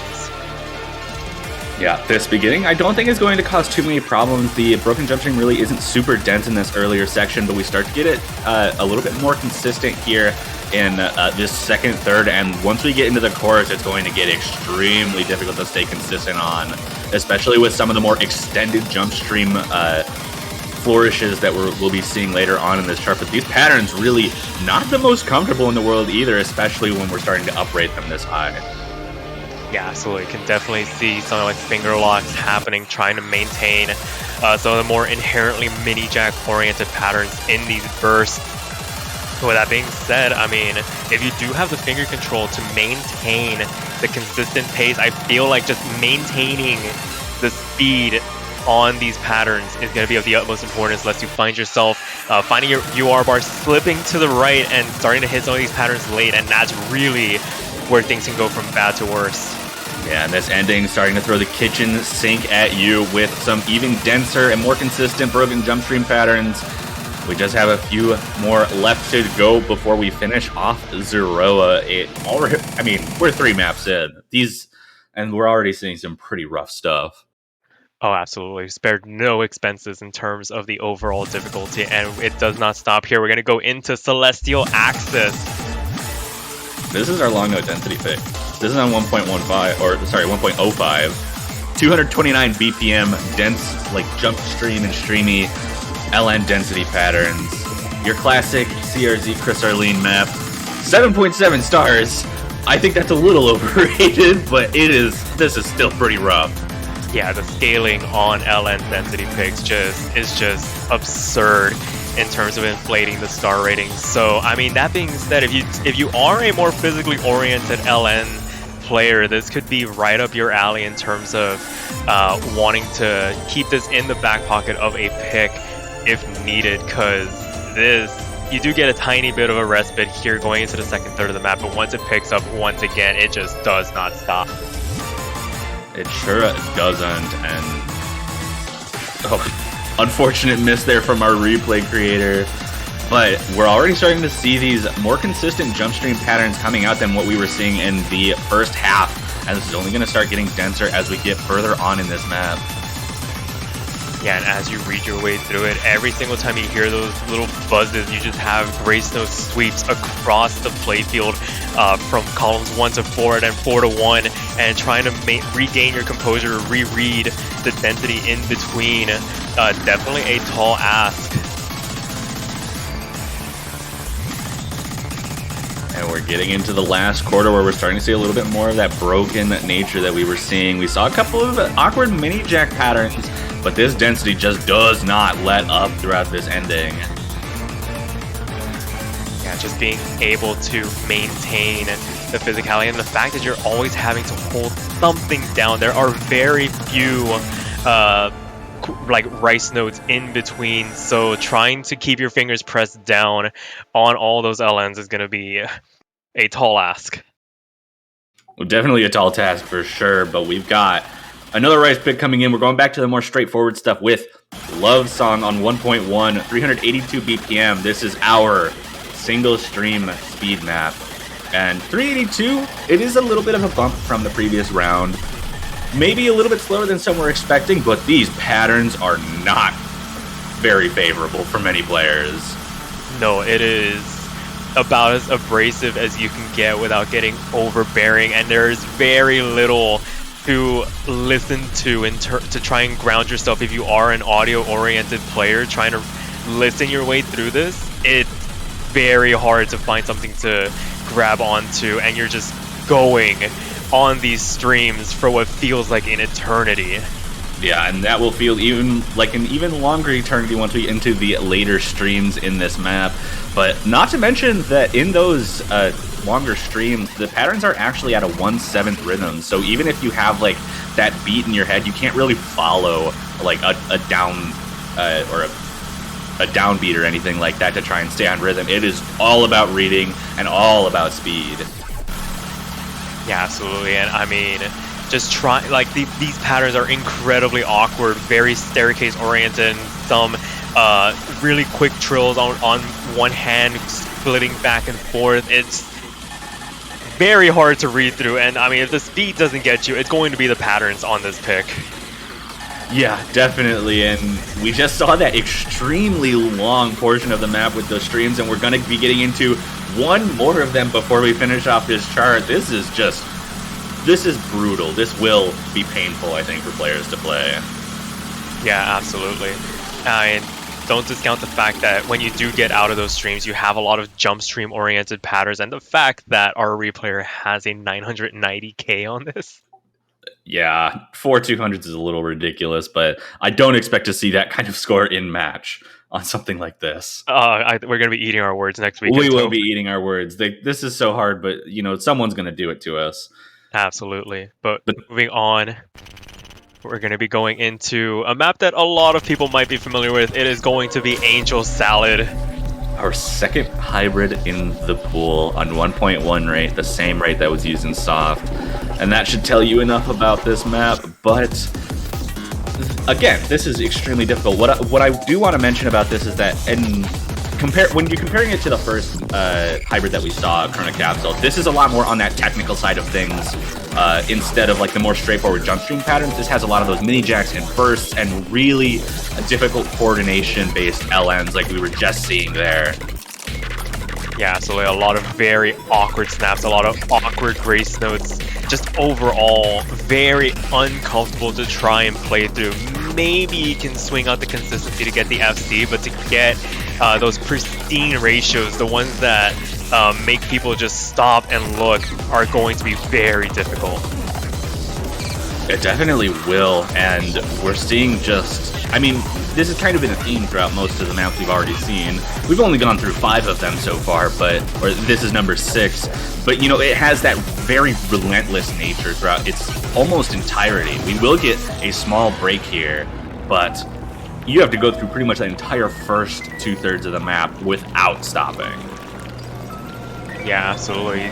Thankfully, you do get this tiny bit of a break to try and regain your composure before you dive into the last quarter. And as the buildup occurs, you start to see things get a little bit more denser before we dive back on into it. You do not want to take this lightly, even though you had that break just before to build your potential stamina back up, get your nerves under control. This ending section turns it up even higher than you would have expected, and brings us back to a repeat of what we saw earlier with the very difficult LN coordination patterns throughout some of these tech with the reverse shields and just good luck. Good luck is what we can say. I mean, the only saving grace is the fact that players might be intimately familiar with this song for better or for worse. But with that being said, we do keep rolling on forward. It is going to be our first LN pick. It's going to be Black Princess coming out on 1.15x. Yeah, it is going to be another long note map. Like you said, this map is pretty interesting, I will say. It's not too fast. It's only at 177 BPM on that 1.15 rate. But you'll quickly start to realize why this is so difficult and put into a grand finals pool. So many reverse shields, so many mini jacks woven into the LN patterns. It's just extremely rough on the coordination side of things without being, particularly focused on releases or anything, but it still has an extremely technical element that I think is going to get players a lot. Yeah, absolutely. It demands the utmost focus, and this is one of the longer maps in this pool, clocking in at 3.5 minutes. And we have seen it throughout this tournament when we have these longer form LN picks, getting the concentration all the way through and maintaining the composure to read your way through some of these very hard LN structures has been catching out some players. So it'll be very interesting to see once we dial up the difficulty just a little bit for this grand finals LN pick, how the players fare. Yeah, not to mention that this is quite long at that 3.5 minutes. We're gonna have to see some more of that consistency that, we didn't really have to worry about too much in the previous pools, aside from the release categories that we were having in the previous pools. But this one, spreading out just a little bit, bringing some length to the wild cards and making sure that these grand finals players have that consistency needed to hold combo and accuracy on a map this long. Yeah, so we're only halfway through, and it feels like there hasn't been any semblance of a break. Yes, the density might ease up just a little bit. You might get a little bit of rice to read through in between some of these transitions, but ultimately trying to maintain these holds is very hard. You start to see those mini jack rice patterns start to make their appearance throughout these columns, just making sure that you're staying on your toes, reading your way through these sections. Yeah, and we're only 2/3 of the way through. We're in this second chorus, and if you know anything about Hatsuki Yura songs, we're in for a little bit of a solo coming out of this second one. And if what I've heard is correct, this solo is brutal. I've said the word brutal a lot today, but that just goes to show you what kind of pool this is. For sure. I don't know what's scarier, this solo or the fact that players are going to be able to read their way through this and absolutely destroy it. Yeah, I'm going to be worried to see if players are capable of doing this, like, on a whim, just in match. And I'm very scared to, like, know in my heart that it's possible for many of the players in Grand Finals to perform extremely well on this. For sure, and you saw right at the end of that solo before we get into this bit of a refrain, the density just spiked before letting you go into this section, and oh boy, if you're able to make it through that unscathed as a team, you're probably winning this pick. Yeah, I mean, I do not expect almost very many full team full combos. We didn't see a whole lot even in finals, and this pool really bumped that up to 11. And if we start, I think, like, yeah, triple full combo almost certainly wins you a match. Or a map, I should say.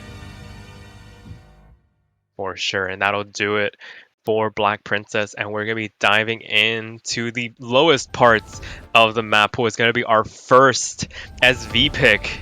Well, lowest parts in terms of star rating, that is. Not necessarily in terms of difficulty, and this map should already start giving you an idea of what we're aiming for in terms of the difficulty of this SV. And this is the easier of the two. Like, I'll let this map speak for itself for the most part, but you'll start seeing a lot of... Oh, I don't even know how to describe this. The rhythms just are insane. Yeah, these instant 0 BPM teleports that just hang right over your receptors. I feel like it has been a theme throughout these SV picks in these later stages, but anticipation, if you are not fully prepared for what is to come, you are just going to be finding yourself hitting your keyboard, trying to hang on. Indeed, and we're only a third of the way through. This is 2.5 minutes, so it's a little bit longer than you might expect. This section gives you a little bit of a reprise, maybe a little bit easier for some players to learn, just based on a good portion of the SVs being constant rhythm, but you still have those extremely aggressive teleports that you do have to know if you want to hit them consistently. Yeah, absolutely. I feel like as we've made it into finals, and now with this Grand Finals SV, that line between memorization and reading starts to blur a little bit, and both aspects are going to be tested at some point during these picks. And as we make it into the second half of this chart, things start to slow down. You get a bit of a slow jam to try and regain your bearings. Hopefully you memorize the ending, because oh boy.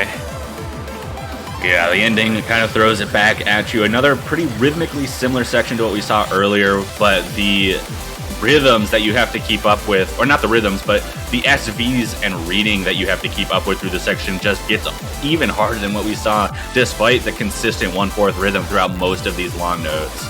But there is a little bit of a trick to some of those long notes, not exactly on the downbeats. You have to make sure you know the song itself to have an idea of where to hit and, you know, what offbeats you need to be aware of.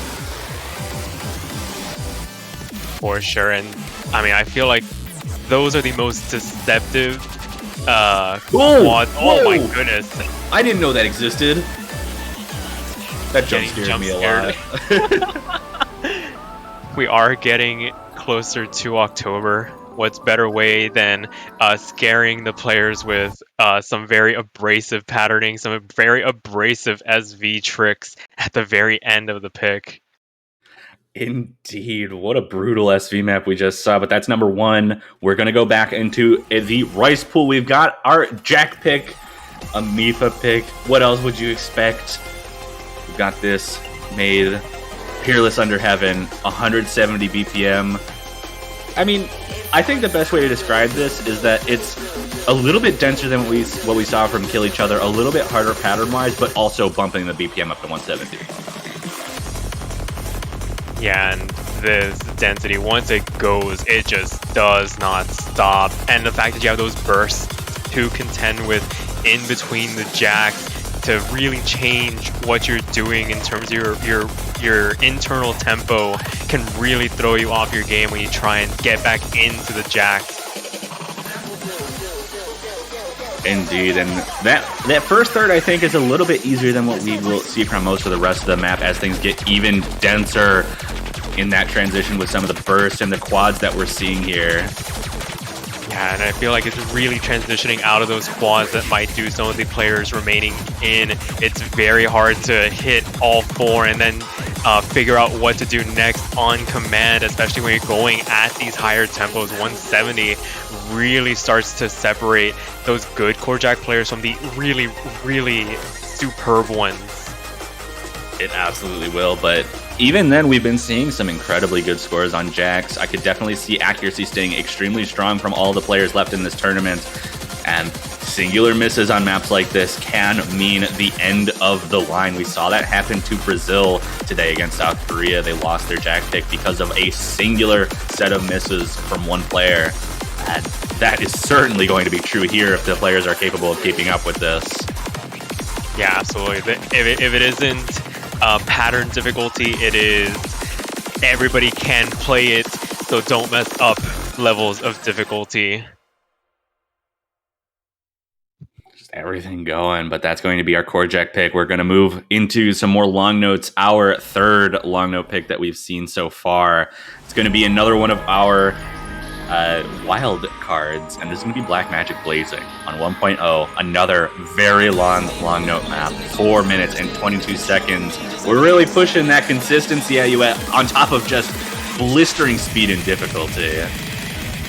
Yeah, absolutely, and this one really doesn't pull any punches. If anybody's familiar with late game maps, Mint, she spares no expense at trying to test your overall comfort in reading some of these very, very bursty sections in songs.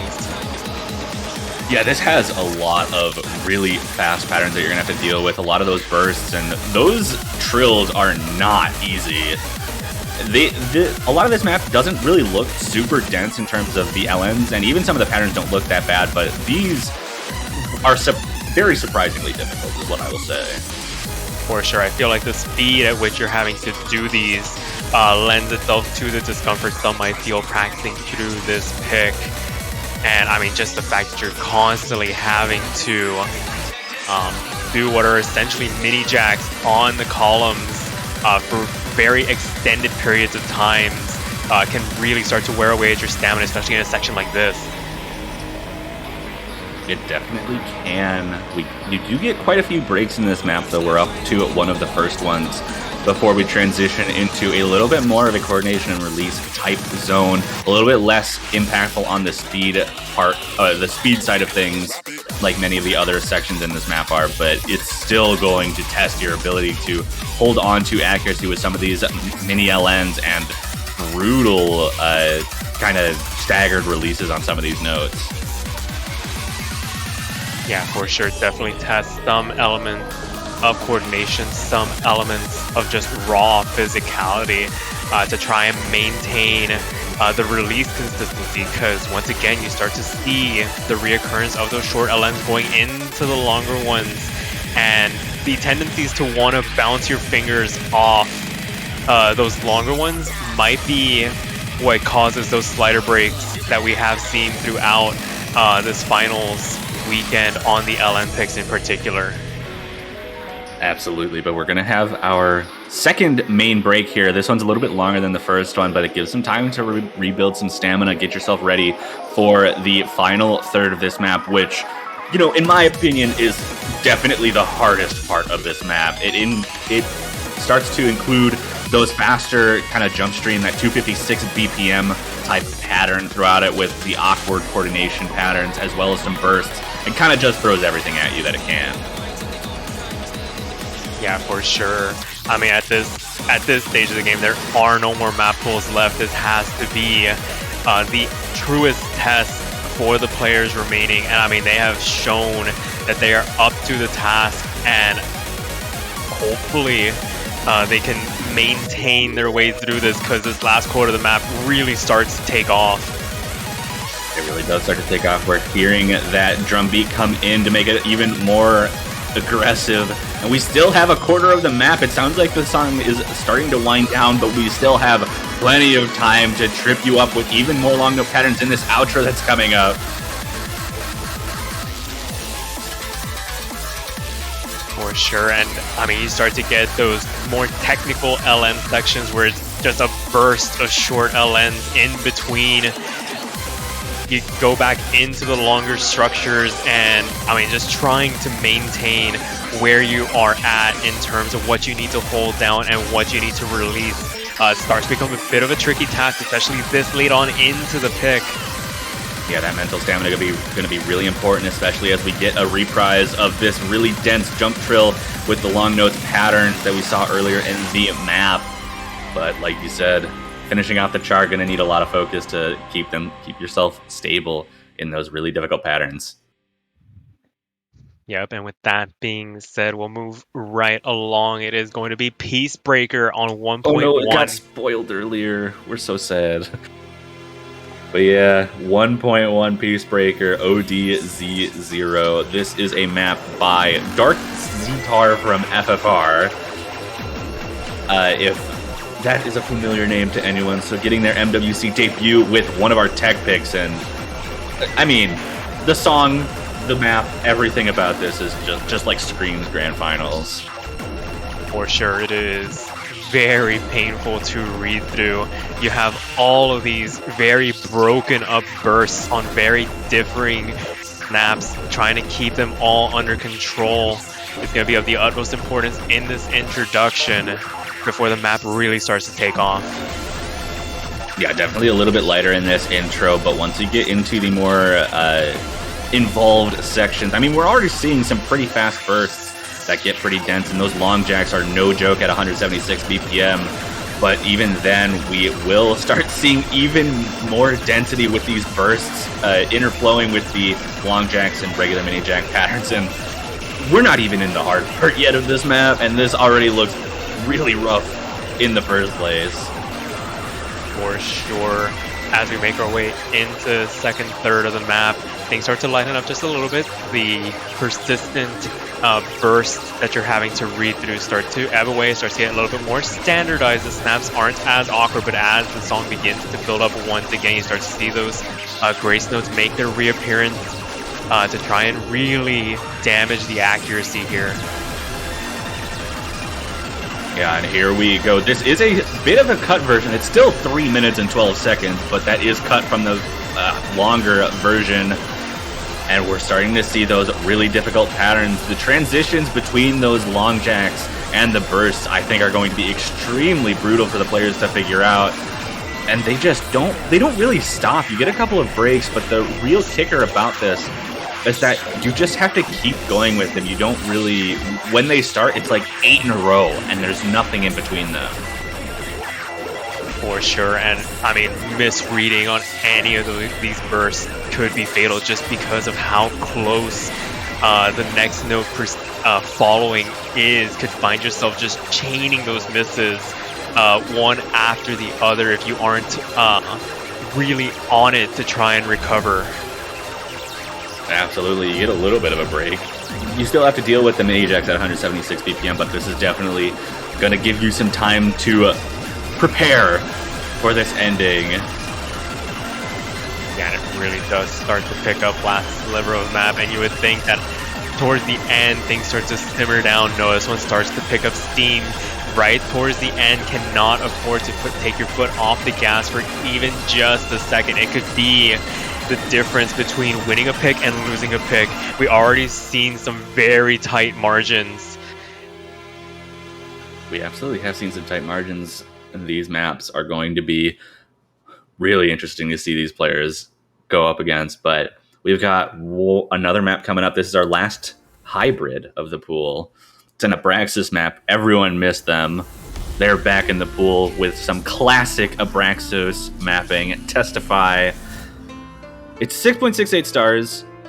I will say that it doesn't look like 6.68 when you're watching it, and it doesn't look awful to play in terms of like difficulty. It looks not the hardest thing in the world. I will mention that this is the hardest Abraxos map I've ever played, and this is on 1.0. And that is saying something to just how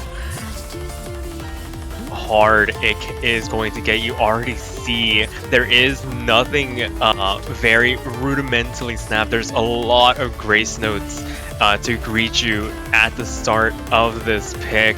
And I feel like if you're not really on it in terms of your comfort starting some of these patterns off with those grace notes, you can find yourself suffering in terms of accuracy. You might still be able to hold on to the full combo, but all these impacts being so staggered as they are can definitely see some bad judgments coming out from the players, let alone even like combo breaks. Yeah, definitely. We see some jacks there. They're kind of fake. They have like the awkward snaps. Also noteworthy, OD 7.6 with some of these staggered releases is not going to be easy. We're getting into the second third of this map, and a lot of this map kind of starts to build up towards the last third of this map, which I am going to say is the hardest part of the map by far. So you're going to have to get ready for that. But also, again, not super dense in this section. This is a lot harder to play than it looks because some of those trills just requiring you to hold down the long notes. And we're already starting to see that density in the mini jack start to spike up a little bit as we're approaching the final third of the map.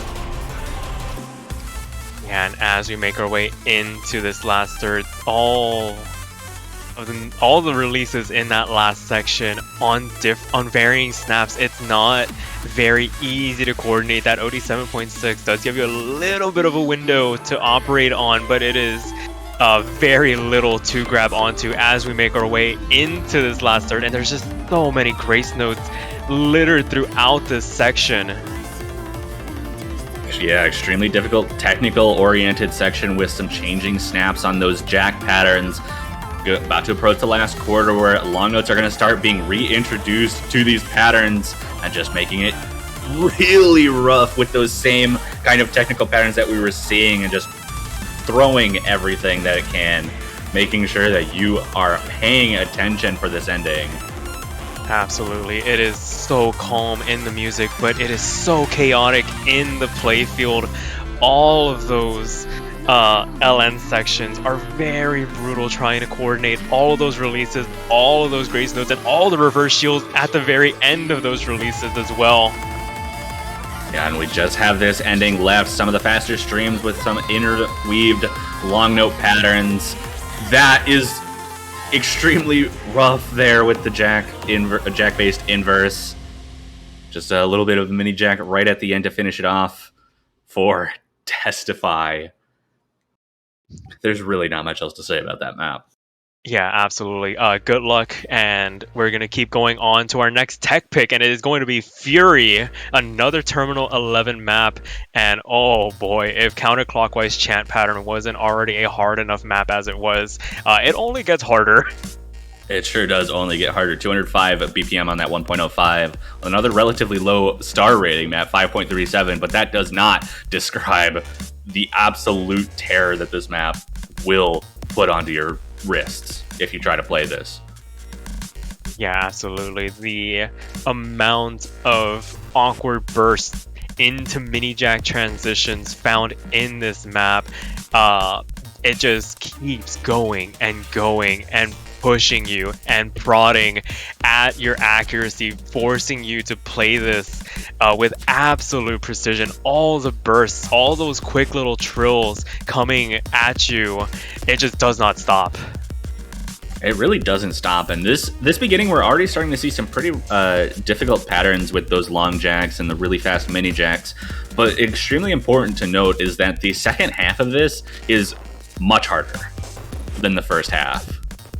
Yeah, this is but a primer for what is to come. It does get a lot harder to read through. It becomes a lot more persistent in terms of how often these patterns repeat. And I mean, just being able to maintain through these bursts outside of all of those mini jack anchors is going to be a tall task. I mean, we have seen some very high scores on these tech picks, but we've also seen some very, very rough performances trying to make as players try and make their way through tech picks like this. Yeah, and with the length compounded on top of that, we've seen so many misses, even on the shorter tech maps like Fury in the previous pools. this is going to be a battle of consistency. Another pick where if you're consistent on the full combos, if you get 3 full combos on this, you win this pick automatically. Without a doubt. For sure, but with how close these teams remaining are, who knows, we could get 6 full combos and it just comes down to a battle of who had the better ratio, and the fact that we can maybe see that maybe in the grand final stage is scary. If there is a 6-way FC on Fury 1.05 in any of the matches that come up next weekend, I will do something. I don't know what, but that is not happening. No one can tell me that is a possibility. There is a world in which it can happen, and I fear that may be ours. And as we make our way into the last third of the map, I mean, these patterns have just been going and going. Being able to maintain this consistency for this long without any semblance of a break is going to test even the best of players remaining in this tournament. Yeah, absolutely. And I mean, we're getting into the last quarter. We've already passed the halfway point. We saw the density start to increase quite a bit. The long jacks aren't as prevalent as they were in the first half, but these regular mini jack patterns are so common now that it kind of doesn't even matter that there aren't any long jacks anymore. Yeah, at this point, it just becomes a matter of focus, because you cannot afford to drop this late on. And I mean, we're going to see stuff like that happen where it just out of nowhere, you just find those slips, either a finger lock or one of the keys doesn't register fast enough, and that could be the thing that turns some of these matches in an instant. Yeah, definitely I can, and we're approaching the end of the map. If you made it this far, you're pretty much home free. Not too many difficult patterns in this ending anymore, but you still got to just make sure you're finishing it off. And that'll be the last tech pick. One more rice map left in the pool. It's going to be Stamina. It's the only one we're missing. And it's going to be a Rachel map. Sogetsu Oratorio on 1.05. That is 273 BPM. And this is a very, this is hand stream. 273 BPM hand stream is going to be our consistency stamina pick for this round. Yeah, just buckle and you get this LN introduction. Who put these noodles in here? But a nice introduction to what will probably be a gauntlet of a map. Gauntlet is pretty much the lightest way you can describe this.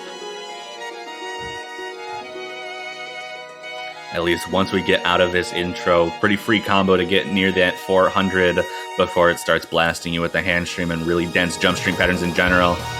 It is also OD 8.5, which means there's a little bit of a requirement for accuracy there.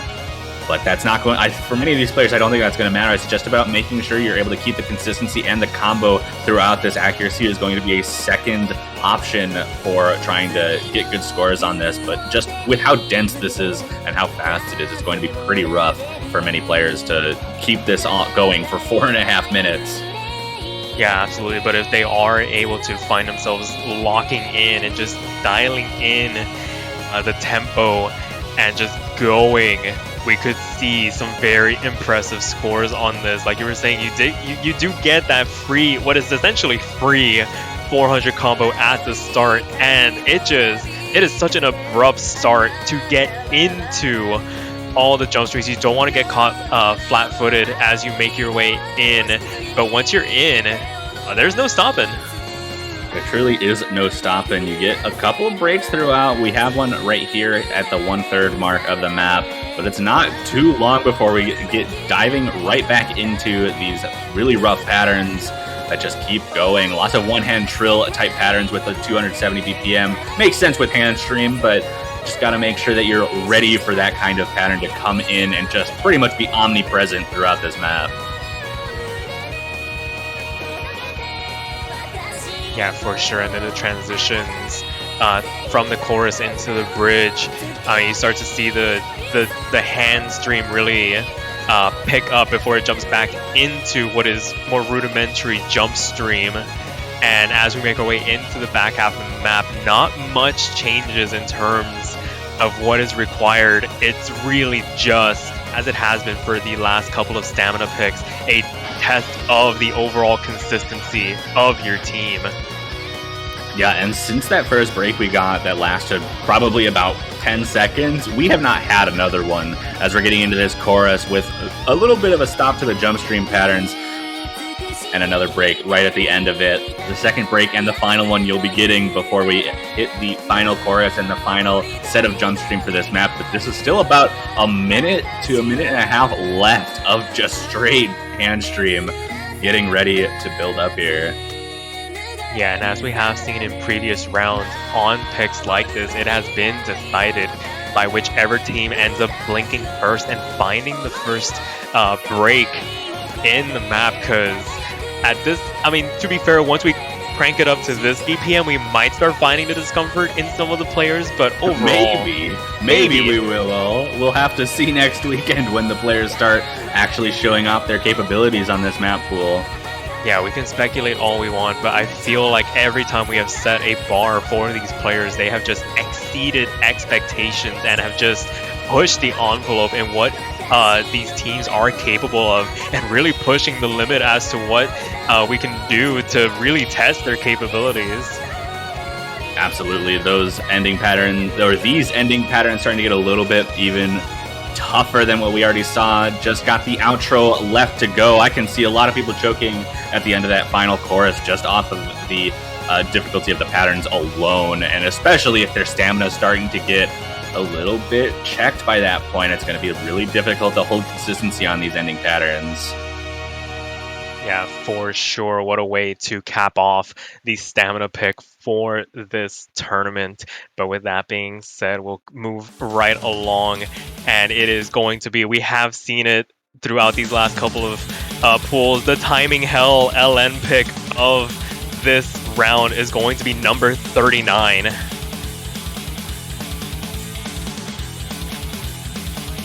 It is number 39. We needed to have the one crystal. Timing Hells coming in.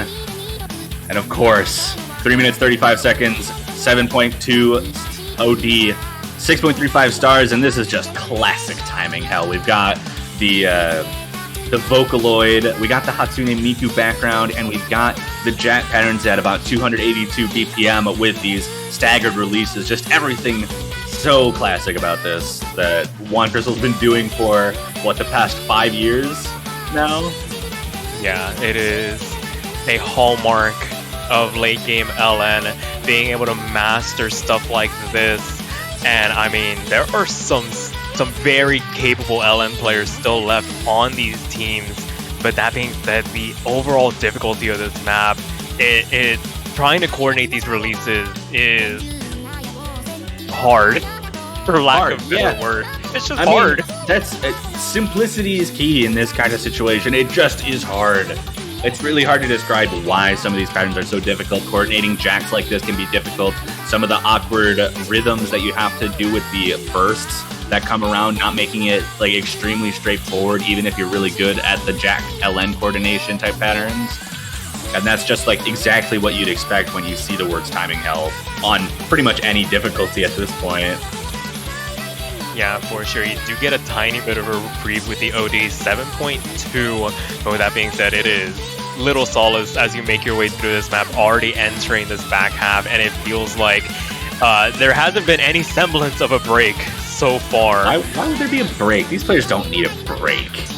No, we've seen some speed runs in the finals. Like, these players know what they want to play, and going into it, they better be prepared for what is to come, because sparing no expense in terms of difficulty, hopefully the teams have enough players to sub in and out, because imagine playing through 12 maps in a row without a break on a pool like this. And then having to play the tiebreaker? And then having to play the tiebreaker. That is brutal. Yeah, I hope for the sake of these players that they have swap outs at least sometimes for these maps. Because, yeah, this is going to be pretty difficult for a player to go through. And even if we, like, imagine if we see, like, a bracket reset in like Winners Grand Finals, that pushes it to double the match length. And I hope the players will be okay after this.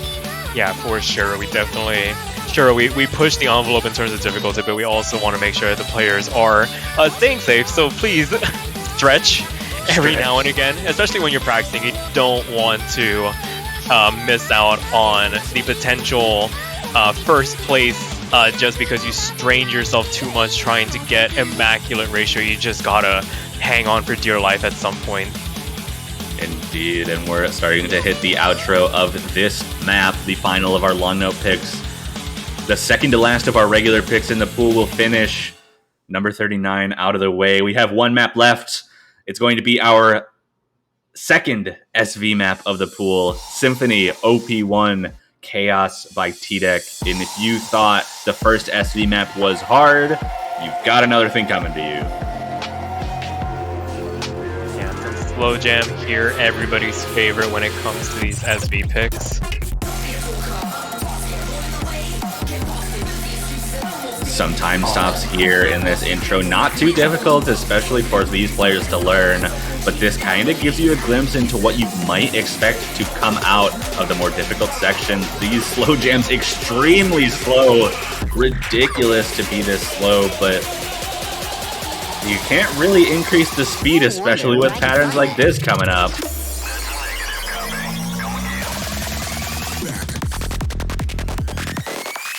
And then trying to keep yourself on rhythm during some of these aggressive teleports.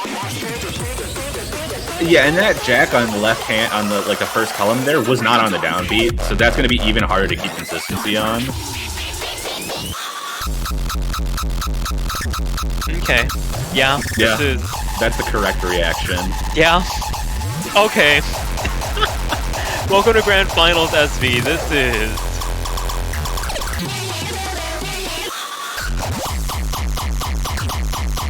I don't know what to say. I'm letting this map speak for itself. You can't really say a whole lot about this.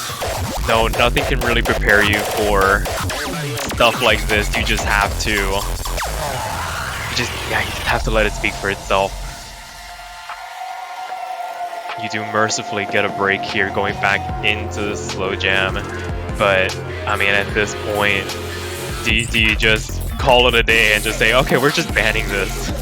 Maybe. I definitely could see teams saying that kind of thing for this map, but we'll have to wait. We're only halfway through this map. It is 3.5 minutes, which adds to another layer of difficulty to the SV overall. You did get this little break, this kind of reprise of the opening slow jam, but that is still very slow and still requires you to strain your reading just a little bit.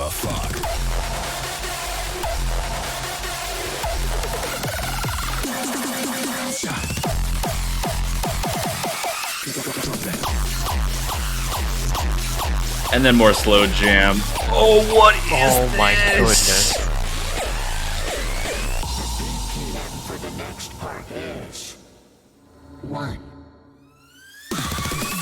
Final quarter of the map coming up. Nice long notes. The longest long notes of all time. I'm sorry. What do we even say about this? I don't have words anymore. No. At this point, it's just good luck. I do not envy those that have to learn this. Same. Yeah, I don't envy people who end up having to play this in the matches. This seems like something very easy to mess up a whole lot in match. For sure, but if you are able to learn this and commit this to memory, this could be what does not. Oh, I forgot about this. That's just funny. I don't think that's hard. It's just funny. I don't even know what just happened. That'll do it for We'll do it. SV2. Good luck with that, because that could be a free point for teams that are brave enough to contest it. But with that being said, Toph, Yeah. I think we have made it through the entirety of the map pool. There is only one thing left to do, and I'll leave it to you. There is only one thing left to do. We have our grand finals tiebreaker, as many people may have expected.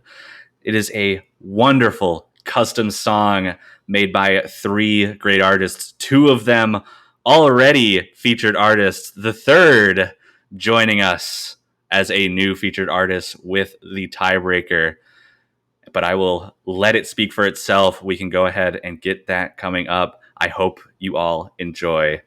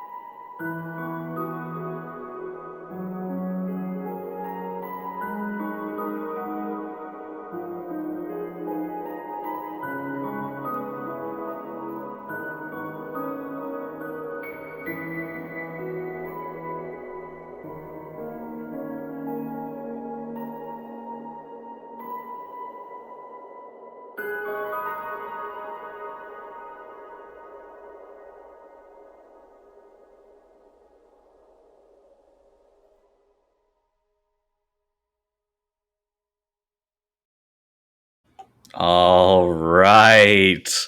What an incredible song to introduce Quad A as a new featured artist, joining Umeboshi Chizuke and Hino Isuka as featured artists for this collab made by myself, Mint, Guden, and Mysterion. That is pretty rough. How are you feeling about that, Sparky? I could not think of a better way to cap off what has been an incredible tournament so far. There have been 32 teams. There are only 3 left. This is their final challenge for this tournament. As always, best of luck to the teams remaining: Brazil, South Korea, and the United States, to duke it out to see who takes that top spot for the 2022 OS4 World Cup. Indeed, not much left to say. As you said, a wonderful way to cap off the weekend. We hope to see you guys next weekend, where those 3 incredible teams will be duking it out using the 17 maps that we just showed off. See you guys then.